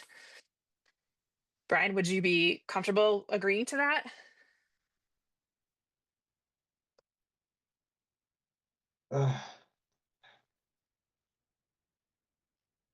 See, that's I think we're just coming back in a circle in itself, where I told you I feel comfortable making votes on that. And I think you put it up for a vote. I honestly do. You put it up for the vote for the board, have the board decide if I need to follow Elizabeth's path. And then I think what I'm asking is can we have some agreement moving forward? Like, can we have some mutual understanding about this, or are you dug in on one side of it and that's why not willing to understand why we can't put a vote for it. I don't understand why that's of issue. I We think at the end of the can, day, I mean, yeah, we can. you're a board member just as much as the rest of us, and I don't think I hate to be in a situation where we have to police a board member, where we don't feel like any one person is going to take the best interest of the board. I think I don't think we need to vote to tell you how you should behave. I think that I'm optimistic that you can manage yourself. All right. Then I feel optimistic that I can vote for the two items that's coming up. And not recuse yourself? And not recuse myself. And Elizabeth is recusing herself. I mean, I will have discussion if we're talking about the budget Yeah. and the possible raises. I will absolutely give my opinion on it. Yes. I know the way I've done it before was that you guys chose the option we choose. after the discussion. Or we have multiple options. You guys say this is the option we want as a board, which I recuse myself from that because it does involve my salary. But then the overall budget, I can vote on because you guys have chosen which one to go with. Yeah. But as far as I can say, I think we should go down this path for these reasons. I can have my opinion on it. I just can't decide which raise element, if you choose to do a raise, which one you choose. If I'm understanding it correctly. Right. I think the way I Because was that's thinking saying, about like, it, that's a benefit to me. right. Right. The way I was thinking about it is we vote on what the increase should be. And once that vote is done and complete, there's no more discussion about that piece of it. But then you can Exactly. vote on the budget generally. Yes, Right. yes. Right. Because you guys made already the decision on raises. And then the PTO and leave policy change that we've put in the agenda for today would be something you wouldn't vote on typically, right, Right. Elizabeth? Here again, I can give my opinion on it, what I think, but when it comes down to it, because it's a benefit for me, I really can't. I can't say, yes, this is what I'd like to do. So, yeah. I have two questions maybe. I'm not sure. One would be like for tonight, do you need someone to motion on this for tonight? And then secondarily, would a good path forward be for someone, I don't know if this would be if this is a motion or if it's just like for the next meeting and then it'd be a motion, perhaps us adding into our policies some sort of conflict of interest approach just for board members Yeah. might be a good way so that, it's not, because it's for the whole, the board as a whole, and then we can, add that in for the whole thing moving forward. So that was a question. And then also, and if you need a motion, I'm just wondering if you need a motion. Is that not already Yeah. in our documents? I'm pretty sure we have a conflict of interest, have a- like, because we all had to sign something already. We do. We have a interest policy. We could consider updating that to make it clear, to more clearly delineate, if a board member, a close family member or a family member who works for the school, that board member shall recuse anytime XYZ. Like we can outline that. I think the policy is broad enough to cover this scenario currently, because I think it discusses the perception issue that we've talked about. So I think that would be something we could do to make it clear the direction that the board is going in on this. But yeah, it was my hope that we could work something out that we could all sort of agree on a path forward. But Brian, it doesn't sound like you're willing to do that. Well, if you guys agree on it, that's what I'm saying. You guys are welcome to agree on this, but it seems like you're forcing me to make the decision. But when I make the decision, you don't like the decision that I make on there. So then I bring it We back up to the understand that board. that's not your preference, but I'm just asking, do we have to vote on this? Like, does this have to be an adversarial type situation, or can you come to the table and understand concern and say, I will not vote on anything that directly benefits, well, I will not vote on anything that Elizabeth votes on, unless there's some, again, like my thinking is, if there is a situation where it's like there is good reason to think you don't have a conflict, like, then bring that up and let us assess that. But the going sort of assumption would be anything that Elizabeth recuses from, you can. I mean, is that a viable option for you? I brought it. The reason I want it for the board is I told you what my decision was, and I'm not trying to be combative here, but it seems like you don't want to accept my current decision. You don't want to accept it because you don't like it on there, and that's completely fine. You don't like to have my accept it. That's where, and that comes back to the board. It's like, okay, you don't like my decision and everything. Should we have the board vote to ensure that Brian falls this way? And that's completely fine and everything. But I'm at a loss, like when I make a decision, it's, I don't like it. I want you to change your decision to something else that I agree on, so I don't have to put it up for a vote. And I don't know why that's an issue. If you guys don't want police, that's fine, but we're a board. Make some messy decisions here and everything. Amazon That's Home fine with me. Finds. This screen door. I mean, I think we're asking you to help make the decisions too, because you're an equal decision maker here. None of us has any more, power on this board or authority than you do. Then I hope you accept the I decision was that I hoping made. I was hoping that we could work this out in a non-adversarial way that shows to the community we're all on the same team with this, and we understand perceptions. We're willing to hold ourselves accountable. That's, I think, what this what the message I was hoping to send to the community is. But Brian, I hear your comments.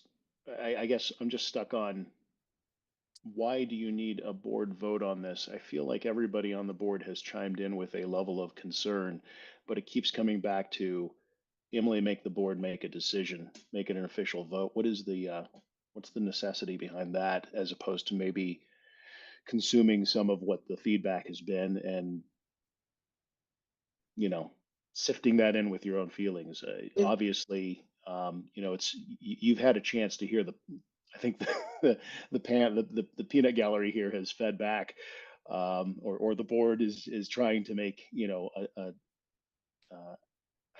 their opinion known, or their thoughts known, or their feelings known, their perceptions known. I think we've all shared some of that. And I guess my concern is, why does it need to be a vote? That doesn't. We could stick with the decision that I have then on there. And if we're fine with that, then we can move forward.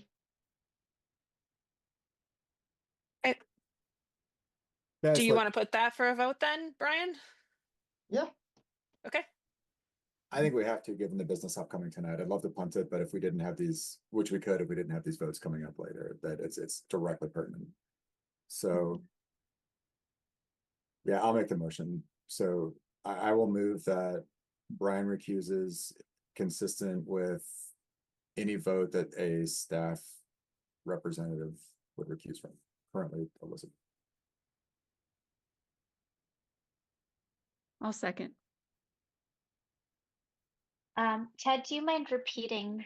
I will move that Brian recuses consistent with any vote a staff rep recuses from. Is that correct? Yes, correct. Okay, thank you. And then Christine, were you my second? Yes. Okay. And I'd say real quick before we vote that isn't the universe. I mean, there could be other things that come up, right, that a staff rep would not recuse from, but that may be a clear and obvious direct conflict. But just want to be clear that this is not the totality of the universe. That's what we're voting on right now, because that's what's going to be before the board tonight.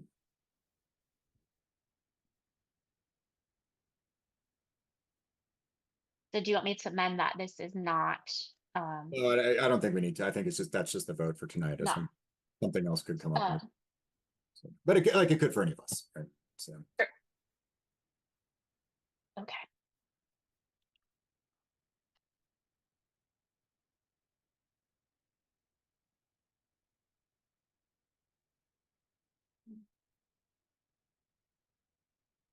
Are we ready to vote?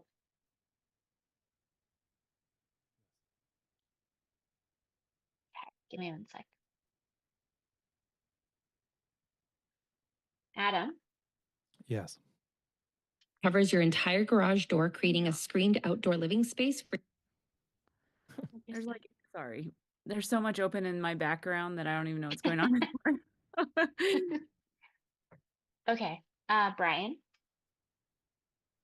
Oh, I don't even know if you can, I don't Yeah. think you can vote on this, right? You need to recuse yourself from this vote as well. Is that correct? Yeah, this one is a for recusal since it's direct towards me. Okay, Christine? Yes. Elizabeth? Yes. Emily? Sorry. Yes. Okay, Justin? Yes. Okay, and Ted? yes. Okay, and I don't know how to vote because I personally feel like this would be a time to resign from the board just because we're going to have to do this over and over and over again. And I don't feel like that's a great path forward.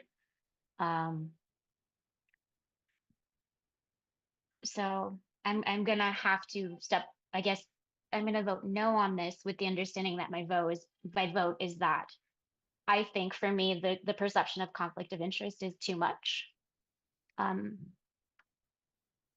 So, but the motion passes for today.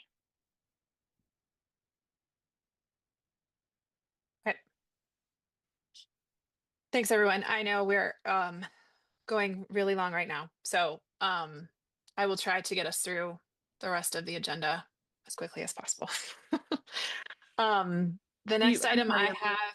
Sorry, just really quick. Do you need a motion to add, like, just to review the policy or make the policy overall more specific, just for, I know that, like, No, I think Okay. my plan would be to that before the board, maybe in May, to have some changes, maybe, run them by the attorney, and have those changes ready for the May meeting. Thank you. Okay, the next item that I have is staff salary increases for 25 and 26. Robin, I'm not sure if this is you or Jen or both. We worked on it together, but I have it to present. Okay. Share screen.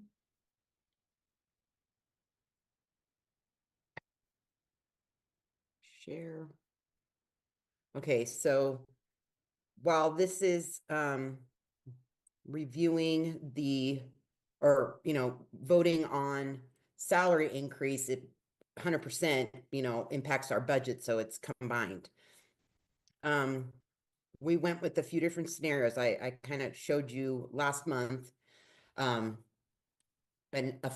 FTE being full-time enrollment, PPR being per pupil revenue, kind of interchangeable, but the full-time enrollment guesstimate on this column is at 411, very conservative considering Robin's report just said 431, and it's stable. We did one at 415. Oh, so this first one, 411, is giving a 1% staff increase. This is at 415, still very conservative with a 2% increase. This one jumps up to 420. I still feel comfortable with this. This is a 3% increase. And then I added this one. This is at 424, 5% increase. Now, what I want to point out is that we have kept the current PPR flat. So this is what we got this year. Like Robin said, we're looking at 1 to 2% increase. I heard 1 to 3. Jeffco actually sent an email yesterday stating they were going to ask the state for like 12,800 and something. I didn't calculate what that was.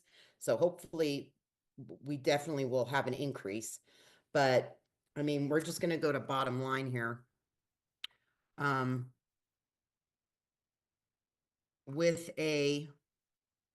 this is current, this is 1%. What do you guys want to look at? What we're putting in our reserves? Because that's this line right here. So this is a 1% increase at that, 405? Hold on, I have it here. 1% increase at a 411 enrollment.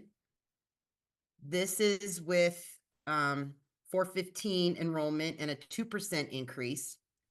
This is at 420 and 3%.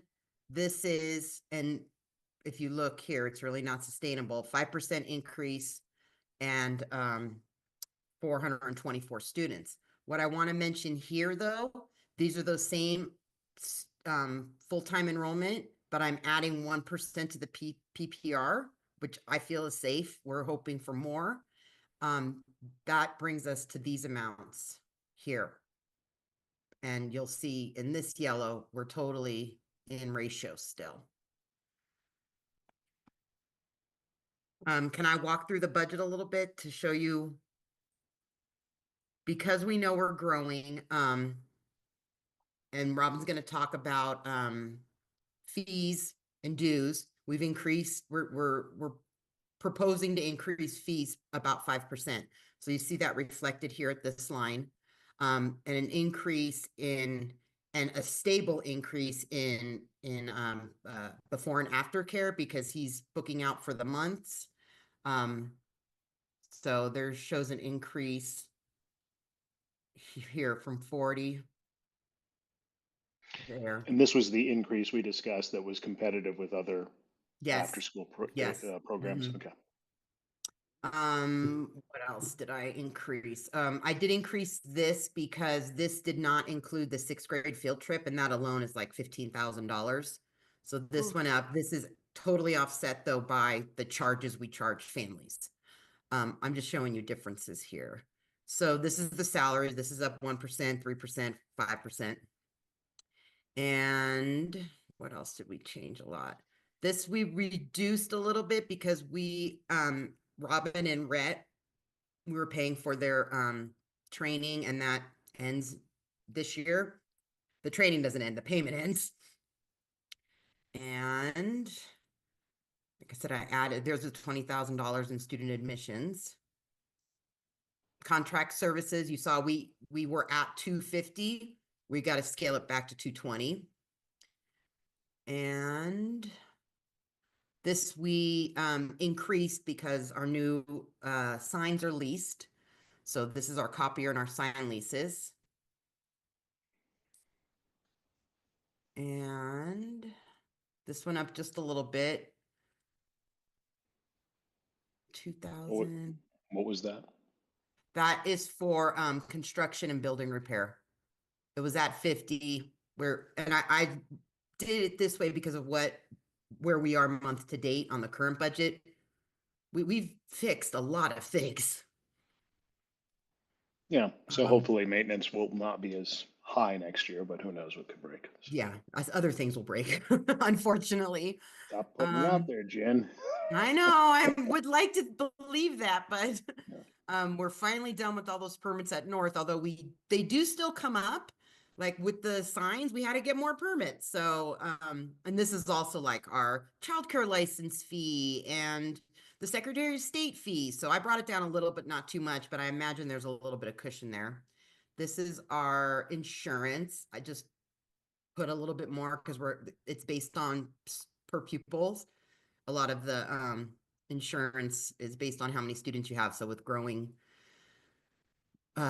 classes, I had to add a little more. Everything else is I kept our payments the same. District services, this is the number when Robin signed the purchase services. This will fluctuate a little bit, but this is the minimum. And our contingency is still there. Furniture and fixtures, staff equipment, all that's about the same. I brought this down because we're trending low. We're only at 12 this year, so we only have a couple months left. Instructional supplies. This is where a lot of fluctuation happens. So I'm starting at 125. We're at about 98 right now, but like Robin said, the deadline to order was today. So I've got, 20 orders to place that'll hit next month. So I think this is a good number. What's this? Instructional, these are computers and Mimeo boards. Everything else is purchase food. This is a guess because if we have more students, we're going to have more food and supplies to purchase. So I just plugged in that number there. We are not spending as much on the fancy styrofoam as I thought, so I brought this down. Sorry, does the state reimburse us for some of the meal program still, or how does that work? Some. Okay. So basically, purchase food. Let me go back to I'm not going to show you because who knows where I'll find it on my screen. But to date, we've spent on just food, not even supplies, $157,000 buying food from Michael's of Denver. And what we've collected so far is, it's not on there. Those are the two line items though, but food reimbursement, we've collected 70,000 and 31,000. So 100,000. Now, Do I have a check for 22,000 I'm depositing tomorrow? Yes. And I'll still get checks, but it doesn't cover salaries. It doesn't cover consumables. It doesn't cover the $5,000 dishwasher. So they are not free. They are free to the families. They are not free to the school. Or the district for that matter. The districts get hit Mhm. harder. Yeah. And Michael's we're locked into because of the district. We can't go and No. shop for a better vendor, better price. Okay. So I did try last year, and it has nothing to do with the district, actually. We work through a company that charges us fees also, called the School Food Authority. And according to this person, that Michael's is our best bet. That Jill even came up with another food service place, and basically the lady talked them out of it. So I don't like it. It doesn't set well with me, but according to the Food Service Authority, Michael's is the only one. Okay. Jen, Have- I have a question. Oh, sorry, Mhm. Justin, go ahead. No, go ahead, Rebecca. Does families or would families opting out of the lunch programs help MPA? Is this something that we can pitch or just, like, because it keeps coming up with like we're running into issues with the lunch program. Mhm. Is that something that we can kind of send out a request? Like if you don't need it, maybe do it I less, mean, I would or have to like what check are with the we? School Food Authority, but basically it's free for all.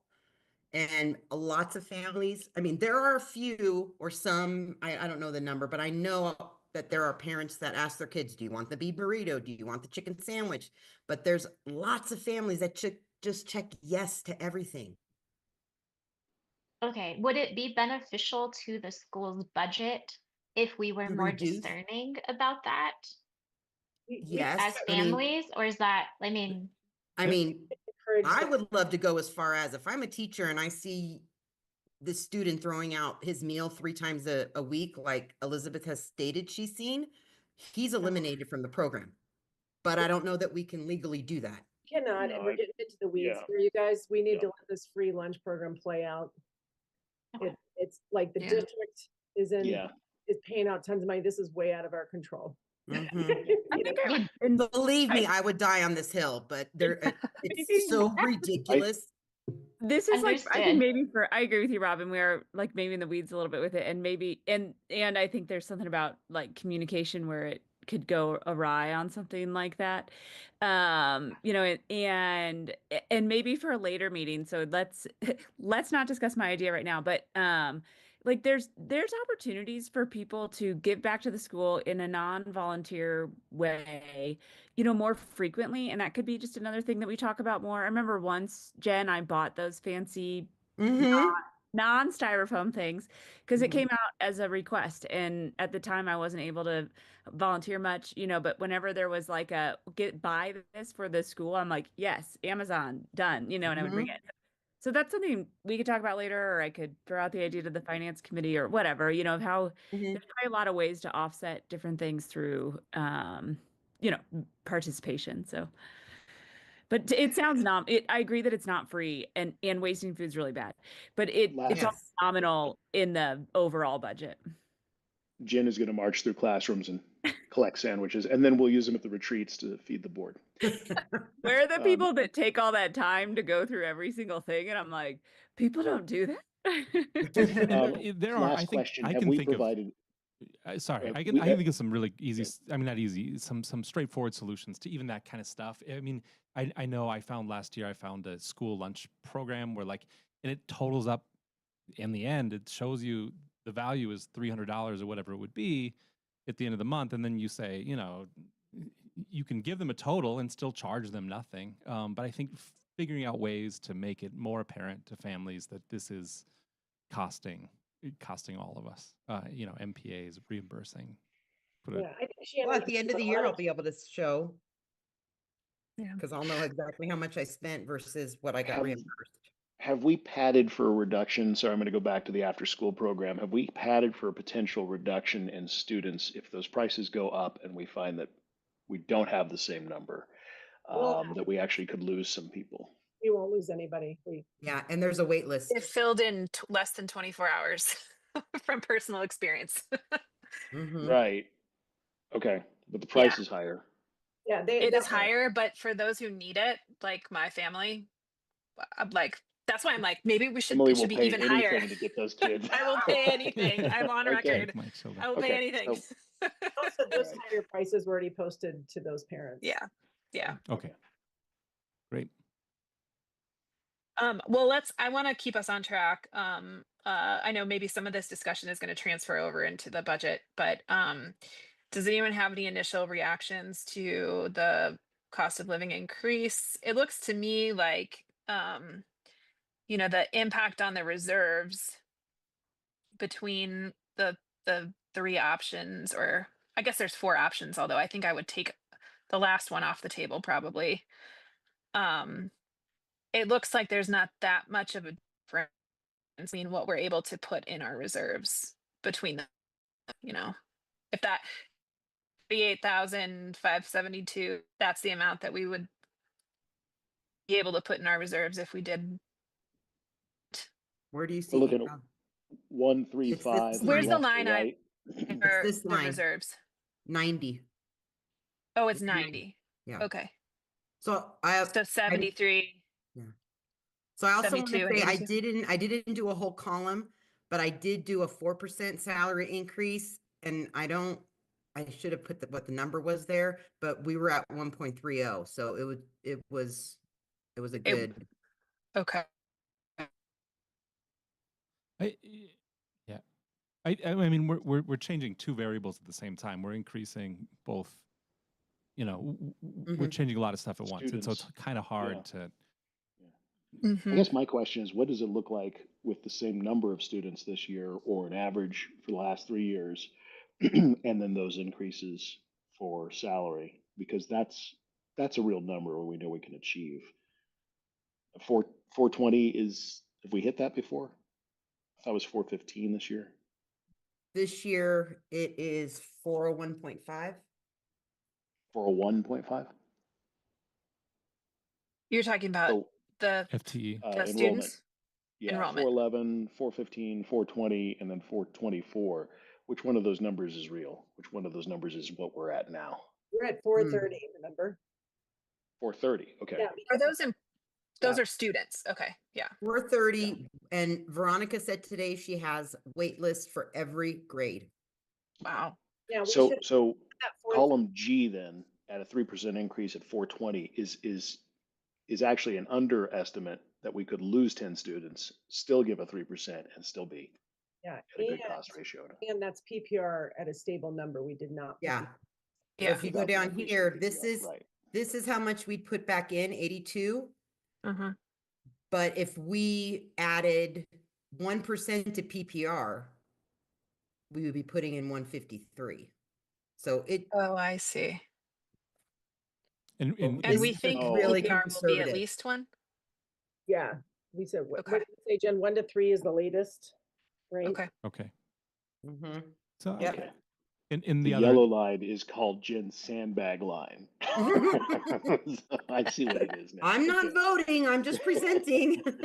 the other I was just looking, the inflation rate for last year is 3%. Yeah. Okay. We were able to give 7% last year with a 3% on top. Just reminding everybody. Yep. There's no way we could do that this year, Yeah, but no, I was like, what's your point, Jen? Thanks, Right. Jen. Yeah. Not Well- making us feel bad. no. They deserve it. I wish we could give them more, but Right.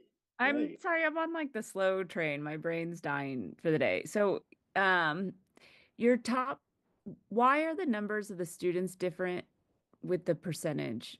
I know this is probably a stupid question. I No. So what we're doing is we're guessing. We're guessing what enrollment's going to be. We have an idea based on, Veronica's enrollment and who's accepted, but things change. And right now, I think that's at 430 or 431. so these are very conservative numbers. Okay.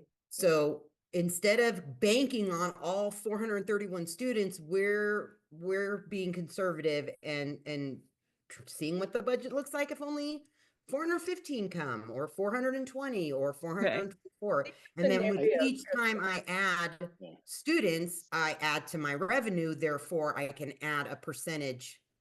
So for each, Oh, I see. because Okay. my These are- payroll is about 3.5 million, every percent represents $35,000. Okay. I And she's see. downsized the number of students we've had this year in each Right. column. Yeah, I I'm guess tracking all that. It's a for little clarity, it or- might be better in the future to maybe look at the actual number from the last year, so we can hit the same number of students. We're already outpacing that, so the hope is greater, but maybe in the future we look at 430, you said 430 FTE 1%, 430 FTE 2%, just because we're using a real number that we know we can achieve and we have currently. Yeah, that's where I'm getting hung up, Justin, is it's not apples to oranges. I understand why you did Yeah. what you did, Jen, because it kind of Mhm. shows how at 420 students, 3%, it kind of goes back up even, but that's kind of what stood out to me is I was like, why at 3% are we at a higher amount than we were at 2%? So then that's why I went back up to look at it. And so it's a little hard for me to evaluate because it's not Not apples to apples. Yeah. right. Need pivot charts. Stop it, Adam. I'm gonna need more than 3% if I have to learn pivot charts. I mean, I don't know what other industries are doing, but 3% seems fair to me, especially given inflation. If Yeah, that's roughly tracks inflation. I think we have to do 3%, but I think anything more is dangerous because we don't know what's going to happen on the economy side of things. But I think we do know 3% is going to at least help everybody cover their cost of living. What's Yeah. 3% at the 411? Can you make that adjustment here? Yeah. But that's the assumption that 19 students would go away. Totally understand that I'm making, yes, I just, No, I was planning on having it live so I could make these adjustments. So I'm not trying to I- prolong anything. I feel a little uncomfortable. Mhm. So Yeah. I just put this down to 4, what did you say? 411. 411? Yeah, so I just did it to 411. See, there's a formula. So then bringing it back down to here, we don't make it. We're negative. But is there any circumstance under which we're down 20, 20 students from this year? I mean, we have a wait list, right? Mm-hmm. Robin, what have is the that last 3 plausible? years been? FTE. We had 401 last year. Okay. We're No, but 1.5. we put the new building and expanded capacity. Now, there's always transition. I can't imagine we'd lose 20 students. You never know. But at this point in the year, it seems pretty solid. So that's why we're given that 10 for some shifting.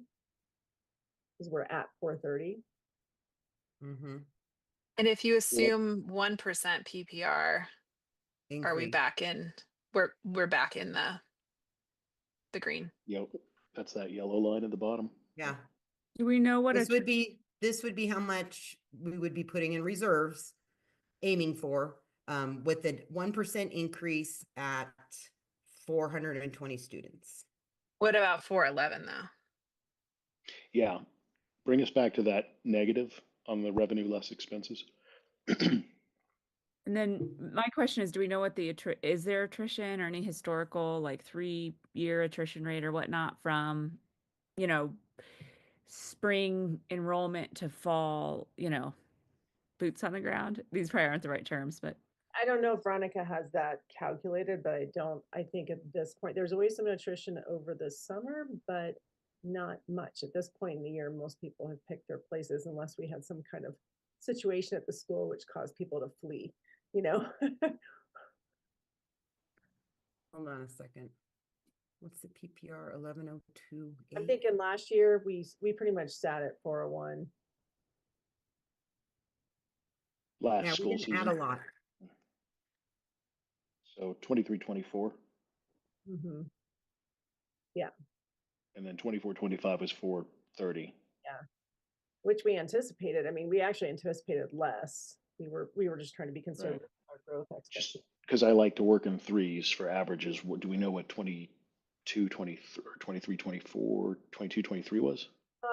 I don't know. Let me see. But we won't go to the, so you can't, so that won't even help because that's near the pandemic time. Oh, okay. That was before the middle school too. Yeah, before middle school, and also you had a significant, well, I don't know if it's how significant, but it was an enrollment drop during the pandemic due to masking. That's what I heard. Let's see if I can find what I had last year.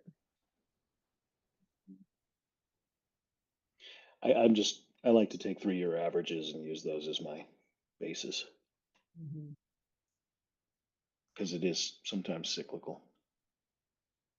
And does this have to be decided tonight, Emily? Yes. I can't do contracts until I get a vote. And do we need to approve the budget tonight too? Jen? So what's Um, that adjust? I'm sorry. Yes, please. And what was that adjustment, Jen? That could you get made? pushed back till May, but again, because salaries are such a huge part of the budget, they kind of go hand in hand. Yep, got it. Okay. I can't do this calculation on the fly. I don't feel comfortable. I wouldn't Somebody just, wanted to know Okay. by adding 1%. I personally would love to give the teachers a raise. I don't feel comfortable with the budget as is with doing that, without having, I guess, a better understanding of all of our numbers and knowing that we've built in, at least maybe I don't know, I'm just gonna throw out a 15%, attrition, and maybe we're already there. I'm just not quite feeling comfortable with where it's all, but that's, I'm one vote. so let me say a couple of things on that. First of all, I'm looking at our charter renewal application and we have the October count history. So you guys had a drop in 2020 pandemic, and then it's been steadily increasing since then. I would have to calculate the percentages. So there has not been a decline, just a constant increase. I would think, so Jen, I have a question. When do you actually have to have this budget to the district? I can't remember. This budget is due in, hold on a second. Give me a second. Does anyone know when the state legislature is voting? I don't know this. Because that's when we know PPR. And if we had those numbers, we can get a more, On the budget. yeah, like that. I mean, the end of Might session before is May 7th. usually May. May Oh, 7th. okay. I think it's May Yeah. 7th. Because one of the problems is we It's typically, May 7th. I think it's always historically been, you put out the contracts in April. I don't know if we have They're to. both due this year's and last year's. So last year's final and this year's and 25-26 proposed are both due to the accounting office by June 16th. Okay. So here's the one problem. So there, potentially we could wait a little bit. The one problem I could foresee is, I don't know historically past last year or before last year, what was going on with contracts in the district. You don't really, receive your contract till much later in the summer anyway. You know what I mean? Like for neighborhood schools. But Really? the charter school, they usually do it now, and then we have people's signatures that they're returning, so we can't get contracts out until we have some idea. So, And you want to get those done by the end of this month, right? Jen, well, it depends, Jen, like where did that date come from? And, I mean, I used to get, Well, as a school, we need to know who's coming back.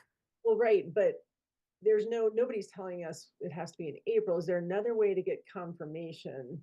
There's probably not, because they're gonna want to know their raises. Yeah. I mean, Can I also, we just did discuss this for like over an hour at the last meeting as well, and had a lot of information. We walked through all these different scenarios. So I want to be mindful of the fact that, we've got puts and takes on who's at the board meetings, but as a board, we have had this information socialized for quite a while. The enrollment trend is decidedly up, since COVID. Waiting list in all the classrooms was presented earlier. This is an exceptionally conservative estimate, right? Based on, very. PPR. when we've got backfill, waiting in the wings at every single level. So I want to make sure everybody's comfortable. That's our fiduciary duty, but as a board, these numbers have been, poked and prodded, now 2 meetings for a lot. So, and we need them, and Jen, you need them to move forward and take care of board business. So I don't know. I just want to put that in the room too, that we're kind of reaching an exhaustion point here. And Ted, I think you have a good point, because this is an exceptionally, in my opinion, conservative estimate. I think last year, because we had some inaccurate numbers, projections for enrollment, but that wasn't as conservative actually, what we did last year. And I think we've been really careful and fixed that bug in the enrollment system. And so this is pretty conservative, because we're saying there's no increase to PPR, and that's not what we're hearing. Our enrollment is definitely on an upward trend, and we're not seeing a lot of movement right now, besides a couple, isolated things. So yeah, I agree. It's conservative. Next year is the first year for 8th grade, right? No, We have 8th grade right now. Oh, we do have 8th grade now. Okay. It's a very small. For some reason I was thinking, yeah. 8th grade, and next year's 8th grade is the size of this year's 7th grade class. So it's like doubled, Yeah. Yeah.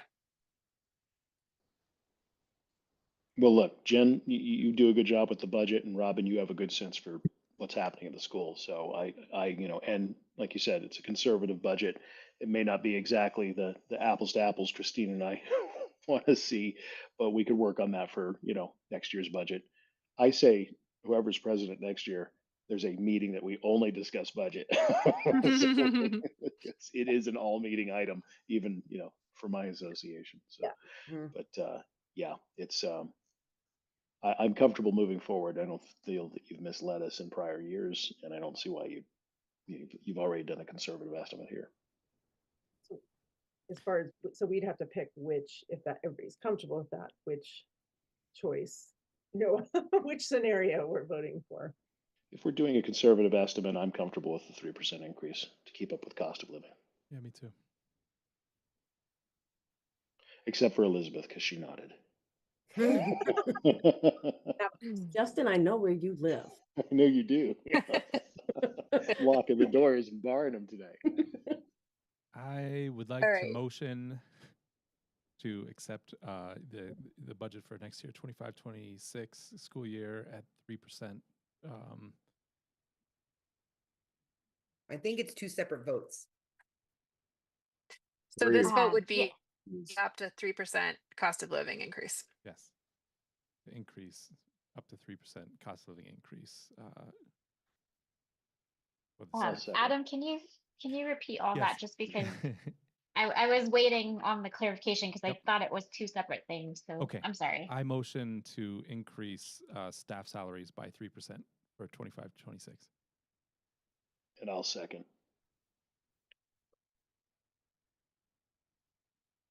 Just to show Elizabeth I love you guys.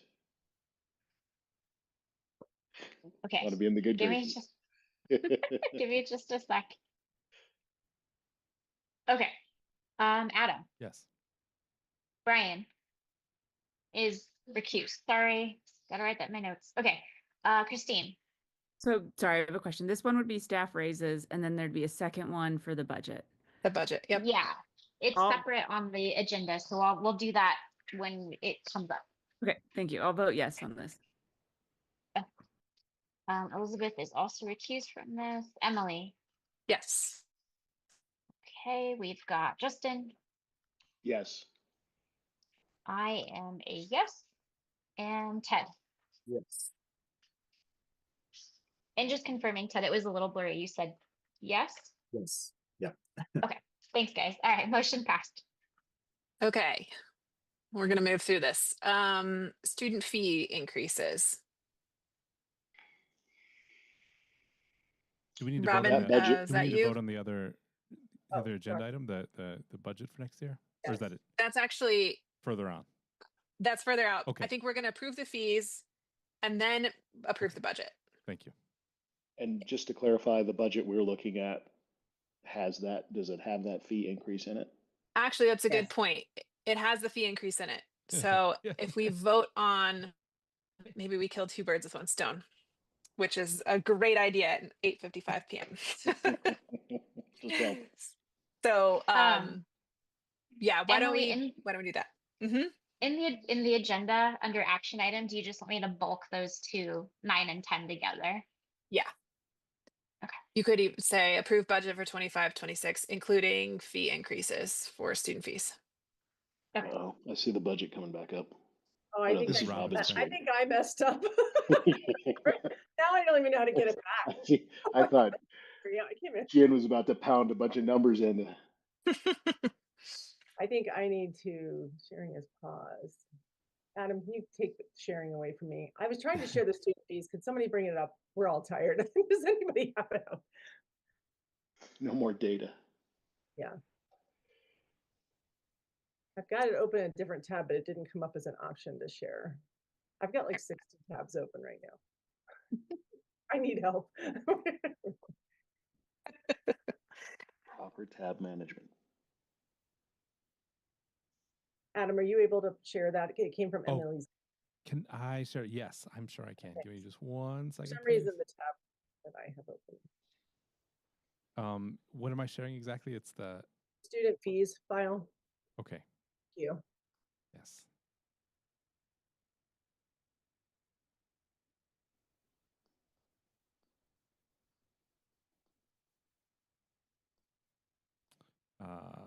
Sorry. That's okay. It's my fault. So I've downloaded all these things. I swear. that's what I should have done.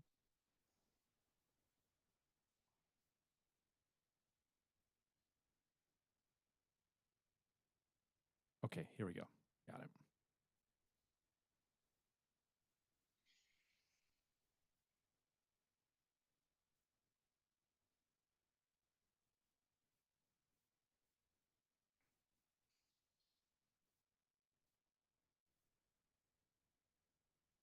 Everybody see that?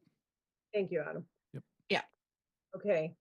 So this is what, let's see. Oh, I can't move it. Basically what we did is we took the same format.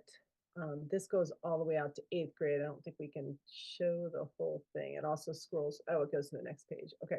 And Adam, if you go back up so I can talk about the categories, Yep. thank you. So we kept a lot of the categories the same, like technology. I mean, as far as the fee name, classroom supplies, that's a lot to do with our like copying of workbooks and things like that that are like all classrooms do.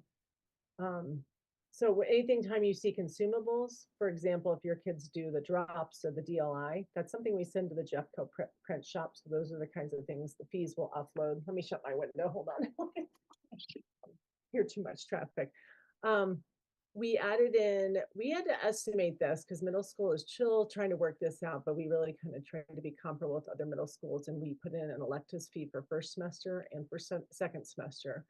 So when you're seeing middle school in the 400s, that's pretty typical of middle school. Everything else pretty much stayed the same. We actually increased homeschool fees. So really across the board, we did, Jen, it was about 5%, correct? On most things, we added 5% too. Jen on still? Yes, 5% across the board. Yeah. But we also eliminated some fees that we weren't using. So Right. we really updated this. It hasn't been done in years. Yeah. We received input from the levels, but then they were they were having trouble with it. So we got the input from them, but then Jen and I went through and said, okay, this is what we're going to do. Like, for example, we have to pay for the map testing for the district. So that cost is offset. And when you look at the totals for elementary school, it really is just about a 5% increase. And again, middle schools, even though that looks large, that's pretty comparable to what you'll pay in secondary. So just trying to offset, obviously not all the costs, because you'll never do that, but it's just enough. We looked at a couple other like Montessori schools that we were having a hard time finding other Jeffco schools because they've got them in the system and they don't have them on their website. But we found some other schools around that we could just make sure we weren't way off base on. So another thing I want to add is that I contacted the district to make sure we were in line with the fees. We are, as long as it's board approved. And the other thing I wanted to mention, especially with the consumables, is I was telling Robin that when I first came here, for whatever reason, Montessori uses a lot of the composition notebooks, black and white guys. And I was buying them for 88 cents. Now they're $2.99 each. like eggs, school supplies are ridiculous. So, I mean, I 5% I think is very conservative, you know. We could have, if I really priced out what we bought, it would be a lot higher. Well, and our goal is never to offset all the costs to families. It's just trying to offset some of the costs to help with the school fees. And also with this year, we will be transferring this to the parent portal, so you can actually see it broken out in when you log in. So Do we, how do we track whether people have paid fees? And I assume like every year there's probably some family pay. I mean, what do we do in those instances? well, if a family qualifies, and they cannot pay fees, they just have to connect with Jen, and you'll see down there. Mm-hmm. It says Waivers. it's down there. I don't know why that just says waivers of the registration fee, Jen. We probably need to say of all fees. Mm-hmm. I think we need to change that actually before we put that on the website.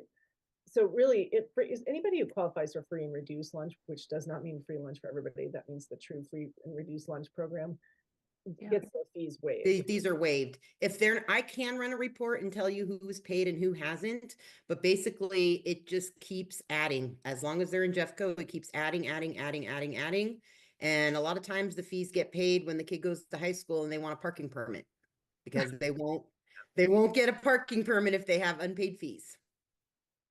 I don't think we have a Yeah. large number, Jen, right? There's not a Okay. lot, correct, Jen? Define a lot. I would say there's repeat offenders.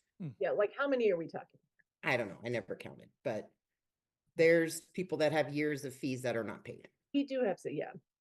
Would we like choose not to re-enroll someone if, they don't qualify for a waiver and they're not paying their fees? Like, is that Well, a and then you have situation to where? think, in a year that we didn't have wait lists, I would say no, because Yeah, I'm getting the PPR, but sure. do we want that? And sometimes, I'll send out reminders, because remember you said I didn't even get a reminder to pay my bills. I'll have to send out another reminder to, there's unpaid fees, because a lot of times people just don't see People them. don't know. Yeah. Yeah. Yeah. I also think legally we do not have the right. I don't think we Okay. pursue that. I didn't want to bank on like these fees being a sure thing if like there's some percentage of people who don't pay them and won't pay them, but it sounds like it's not a widespread issue. Most people, Correct. yeah. So is everybody okay with this?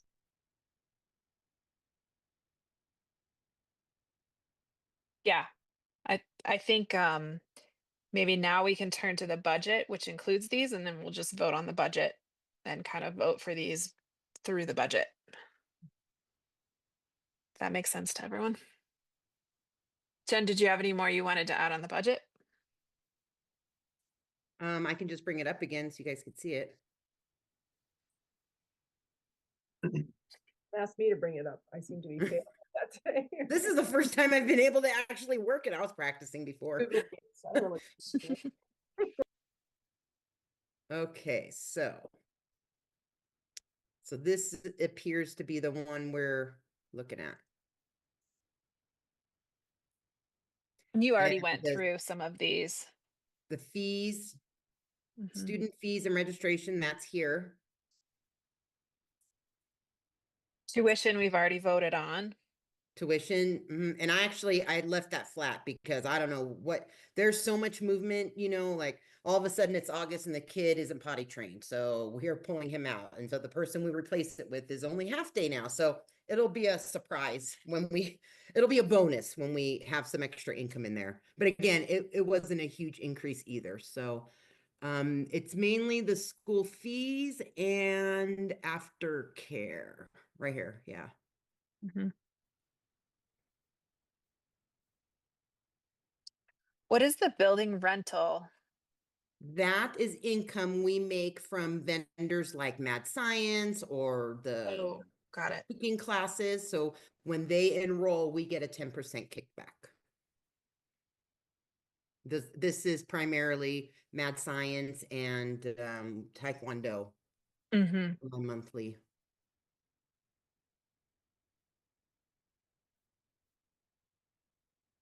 this also went down, like Robin stated, the PTA has elected to provide less teacher grants. So I don't know what it's gonna look like. So I just brought it down to 10 to be aware. It could always go up. I'll take more income any day. They're dropping about from 750 to about 350 per teacher, but teachers can still apply for special grants for if they have some kind of special thing. But they're trying to channel more of their money into their savings for the playground. So again, this column here is D is the current year's budget, just as it stands. Like some of these numbers I've based it on what is month to date. So that's why some of them are big changes, because I knew. Donations are dropping by $55,000. Yes. That's the PTA. Mm-hmm. Dewey's Dash stuff. All right. That's PTA's contributions to teacher grants. Mm-hmm. And that's not, I mean, the PTA at the PTA meeting, they talked about this, and there was a time when this school, I don't know how things were funded back in the old days, but there wasn't enough money for anything. And I don't know the whole scenario, but that's how it was. And Just it's wrong. Just to give you like an example now, granted, this was a little bit ago, but I used to get $100 from the PTA per year, and so for a while they were doing 1,000 a year, which is, I was like really impressed. Mm-hmm. So it's still, it's fine. We should be using the PPR to fund the classrooms. So I don't know if it was Student needs. charters were funded differently back then. I don't really know why it would have been so different, but it was. Is that going to create like a deficit that we will need to fill, or is a decrease okay?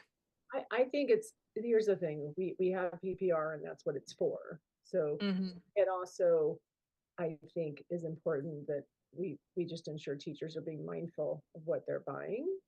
You know what I mean? So it's not that we don't want them to have things, but also, only using things as you need them, that's important for everybody. So this line 76 is the instructional materials. So anything that we would buy for the classroom or the teachers. We are at, I said 98 month to date last month to date in that category. And I'll probably end up at this 115. So I increased it 10 more. We had a lot of new teachers and classrooms and filling up north with supplies. And I'm just hoping not to spend that much more next year, even with more students.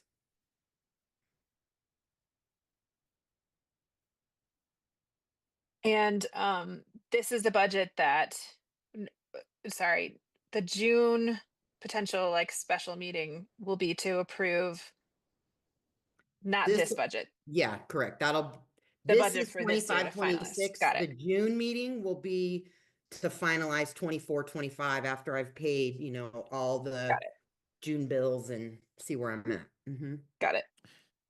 So right now the motion that we need to make, I don't mean to cut us off, but I feel like unless anybody has any other discussion. Cut us off, Adam. Yeah, I'm ready. By all means, cut us off.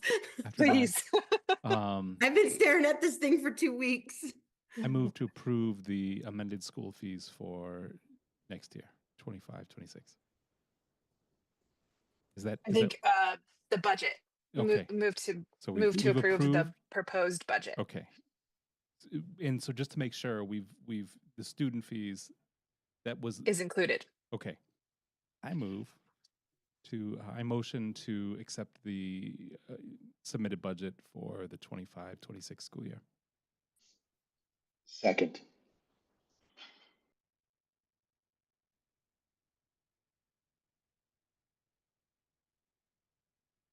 Sorry, I'm on my phone and don't know how to use it, apparently. Okay.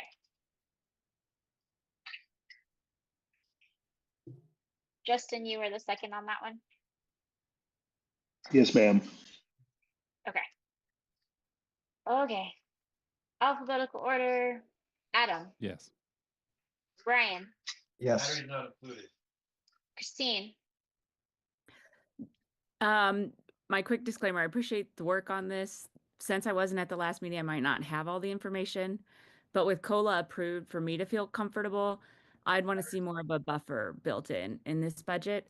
So I'm no. Okay. Elizabeth, Yes. Emily,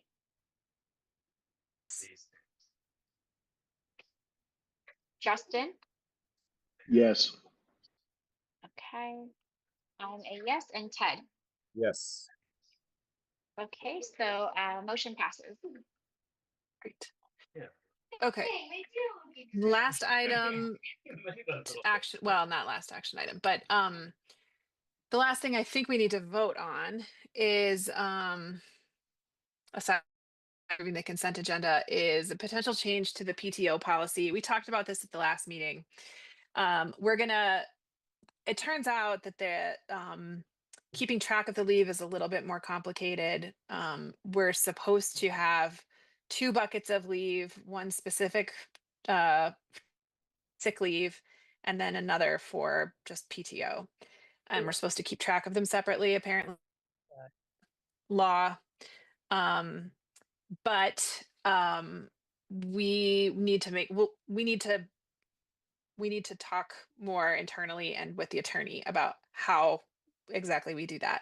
I think that the change that we're considering today is goes to the idea that for long time employees, the proposal is that we would have some sort of we would have a payout of some unused time at the end of their service to MPA. So Robin, I don't know if you want to. Yeah, so if they've been, so any employee, and this only affects 2 employees right now, who've been here 10 years or longer. We've got some 2 long-term people retiring, and just their lead, that 20 that you can, a PTA that you can roll over, if they have anything left like that, we're gonna pay it. We would like to pay it out. Those, right now, it's only 2 people that have that 10-year criteria, so it's not really a big financial impact. There's been, talk among the staff about wanting PTO paid out. Charter schools do it all kinds of ways, but this is just a slight change we'd like to make for this year. We would like to continue conversations because, Emily, we're not sure that's correct that you have to have those 2 buckets. That's why we reread the law, just so you know. So just so you know, I think what we'd like is after this, going into the next year when we do the handbook, is we really look at that policy and see if we even want to adjust it, or not. So, Yeah. So really, it's a 1-line change to the handbook. Adam, I'm sorry, because I'm inept right now. Adam, I can't seem to share on Zoom. It's on the stuff Emily sent out. If you want to pull it up, it might be easier for everyone to see it. Yeah, happily. Sorry to make you do And it. and just so everyone knows, and Robin, weigh in here, the thinking behind this is that we have employees who are not using all of their sick leave. We would normally have to pay out for subs when they use it. So they're actually saving us money by not using it. So this would be kind of a way to reward that at the end of their career at MPA. And actually wouldn't affect anyone who'd been here less than 10 years and doesn't have accrued leave of up to 20 days, which is only a handful of people apparently. Yeah, for this year. Now, what For this year. Jen and I did some analysis on what it would look like if we actually tried to pay out for everybody, because you can't just do the teachers. You would have to do all staff to be fair.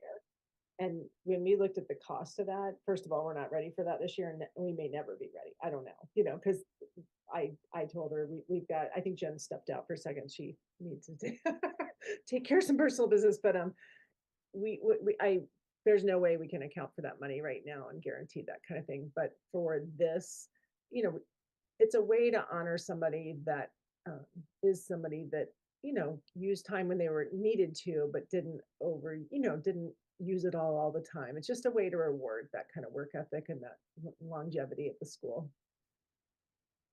So Adam, if you can Go down, sorry. scroll down, yeah, to that yellow. That's the addition right there.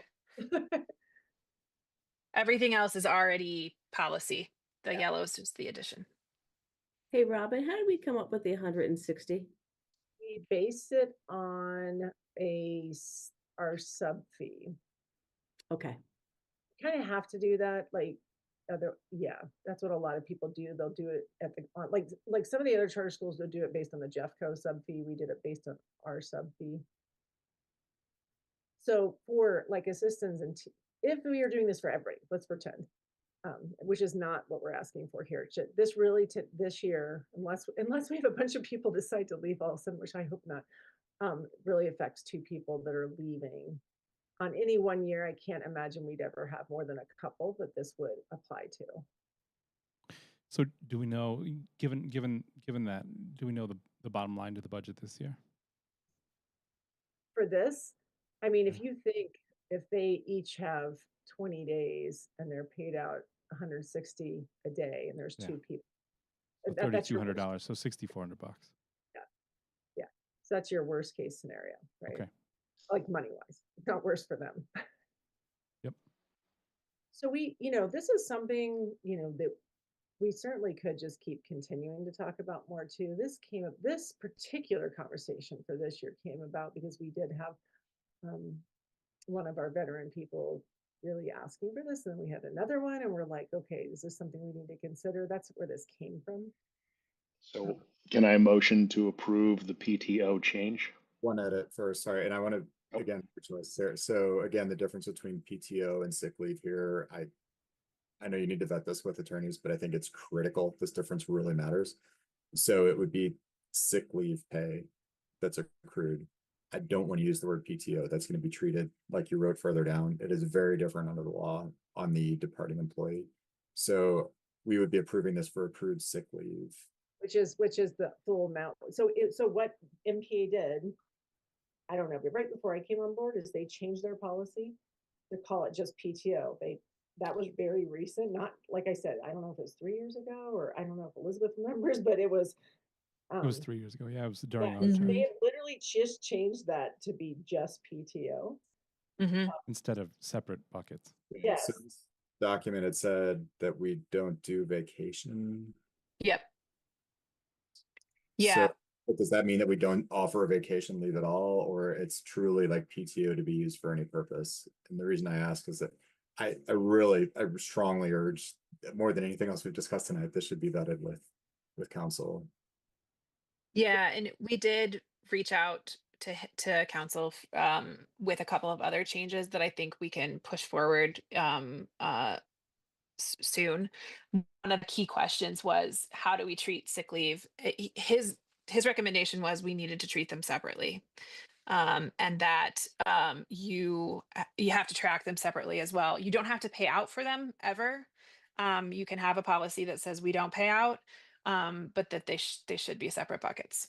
So here's the thing, Jen and I below, and I don't want us to get, everybody's really tired. And if you look below, we included the HFAW legislation.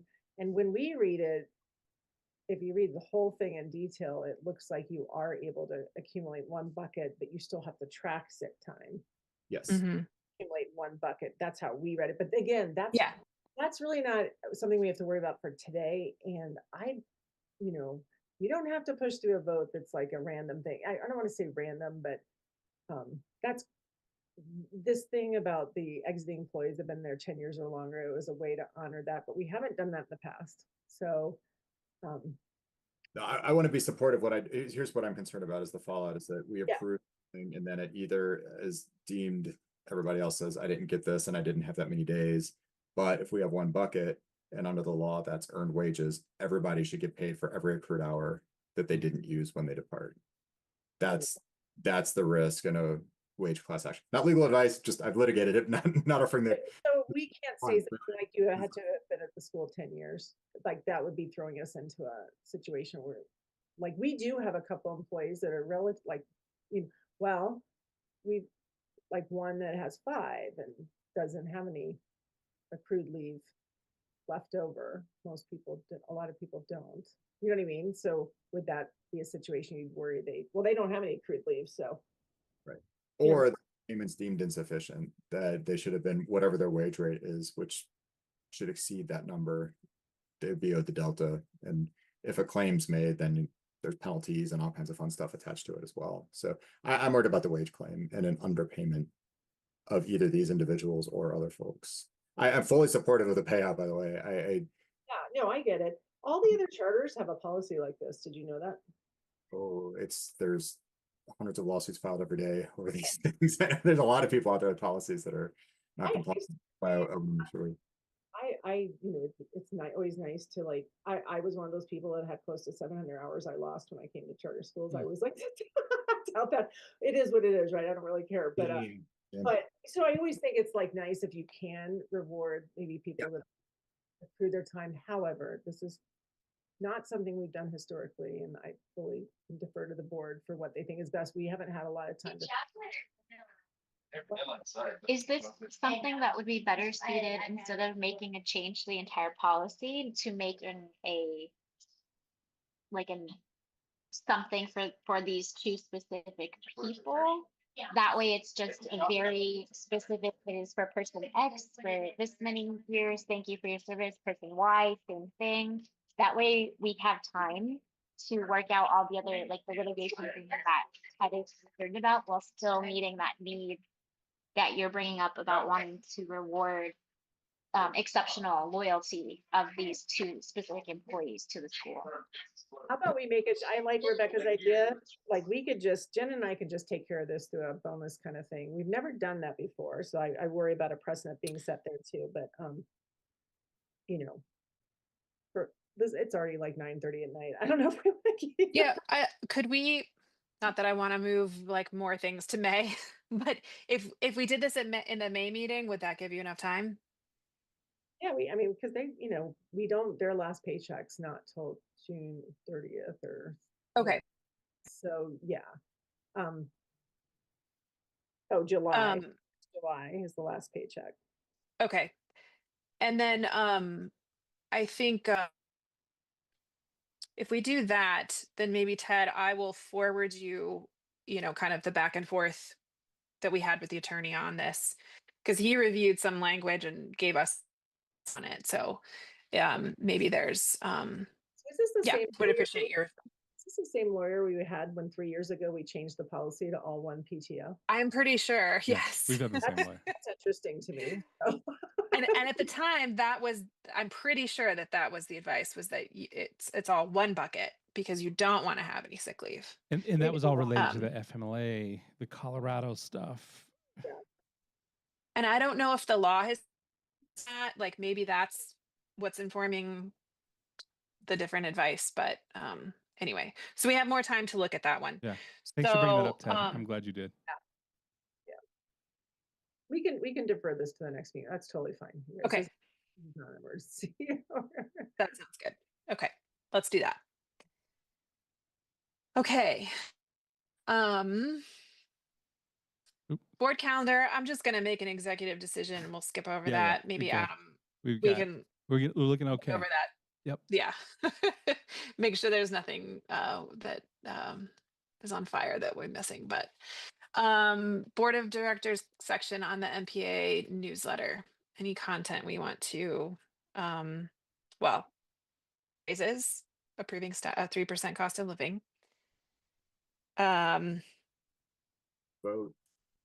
Voting, yes. Always important.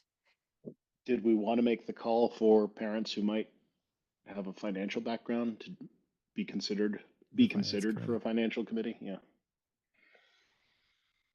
Sure. Actively recruiting or seeking. Mm-hmm.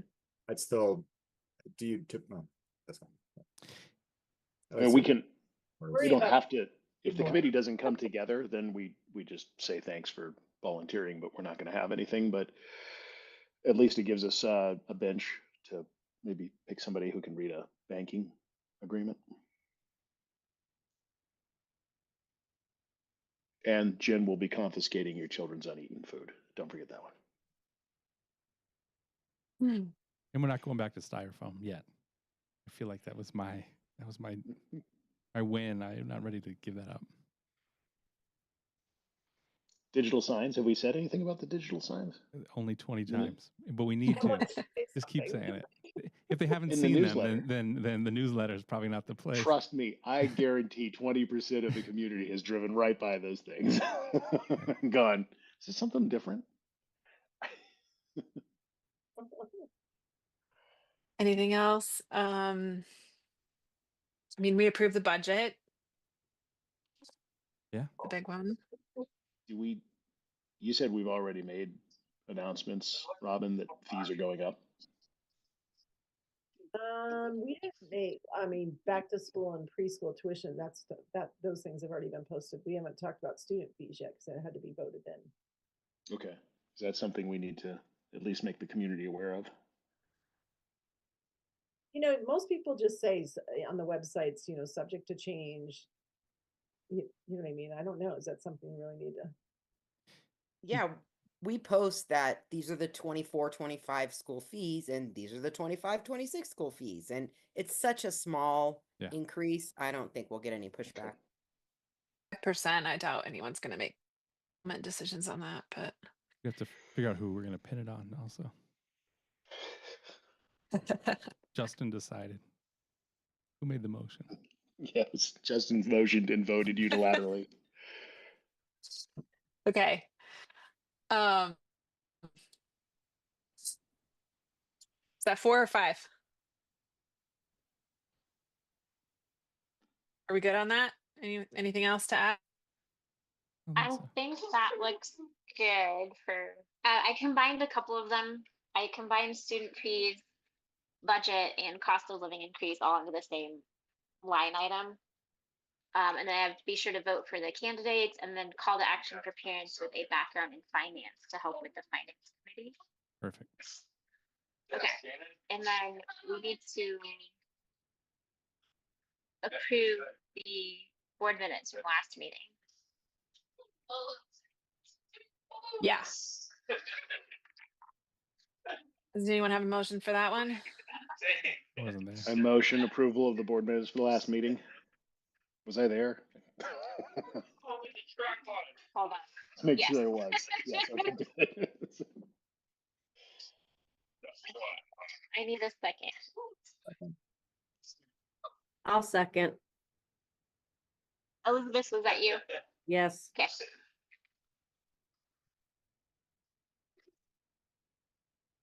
Okay, so this vote is based on folks who are at the meeting. So we've got Elizabeth, Yes. Emily, Yes. Justin. Yes. I am a yes, and Ted. Yes. All right, my friends, that motion has passed. Yay. Okay. That's it. We do have a special meeting to discuss the administrator evaluation. And I don't have the date in front of me yet, but I think I sent out an invite for that. I believe it's The 30th, maybe? April 30th. Yes. I saw it, yeah. So we'll see you for that. 6:30. Anything else? I think that's it. I guess that's it. Okay, thanks for bearing with the long meeting tonight. I know it was a very long meeting, and I really appreciate all of your time and effort. And our next meeting in May will hopefully be much shorter and in person. So